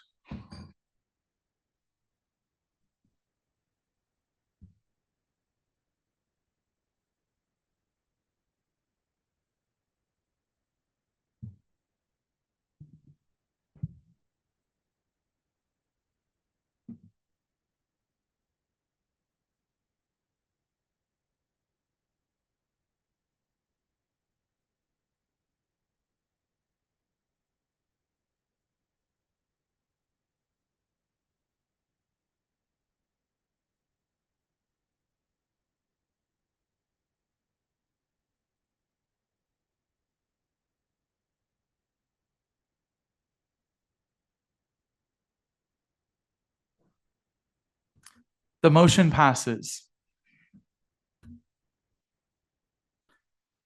Next, we have the motion to approve the BIPOC and religious students position paper. The motion reads, whereas the USC's policy paper addressing the needs of BIPOC and religious students on campus is soon to expire from the USC's policy library, whereas the university community is increasingly diverse and students from BIPOC and religious backgrounds face unique challenges that must be addressed to ensure equitable access to opportunities and support. Whereas advocating for BIPOC and religious students is a critical priority for the USC, aligning with our mission of fostering an inclusive campus community. Whereas consultations have been conducted with students and university stakeholders, and a BIPOC and religious students policy paper has been developed in response, be it resolved that Council approves the BIPOC and religious students policy paper. Can I please have a seconder for the motion? Councillor Saha. Are there any points of debate regarding the motion?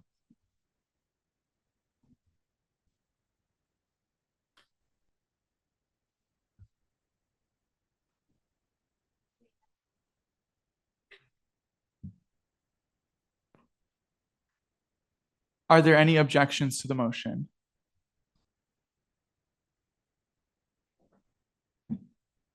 Please proceed to Echo 360 to vote.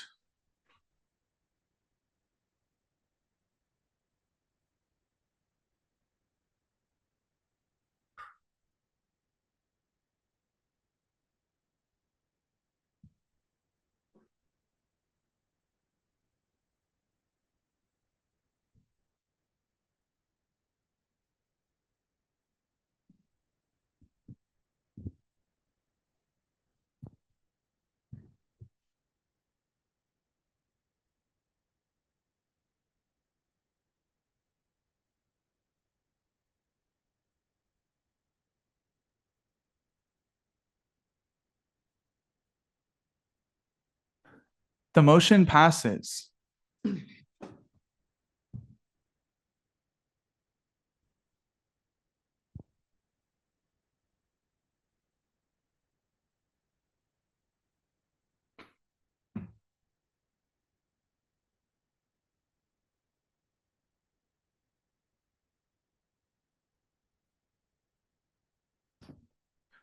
Okay, sorry, the motion passes. Are there any questions or comments from the Western community at this time?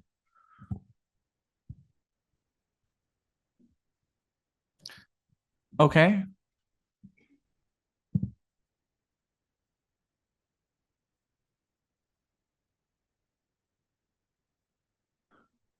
Are there any new business items to be introduced at this meeting? As a reminder, these should only be time-sensitive matters.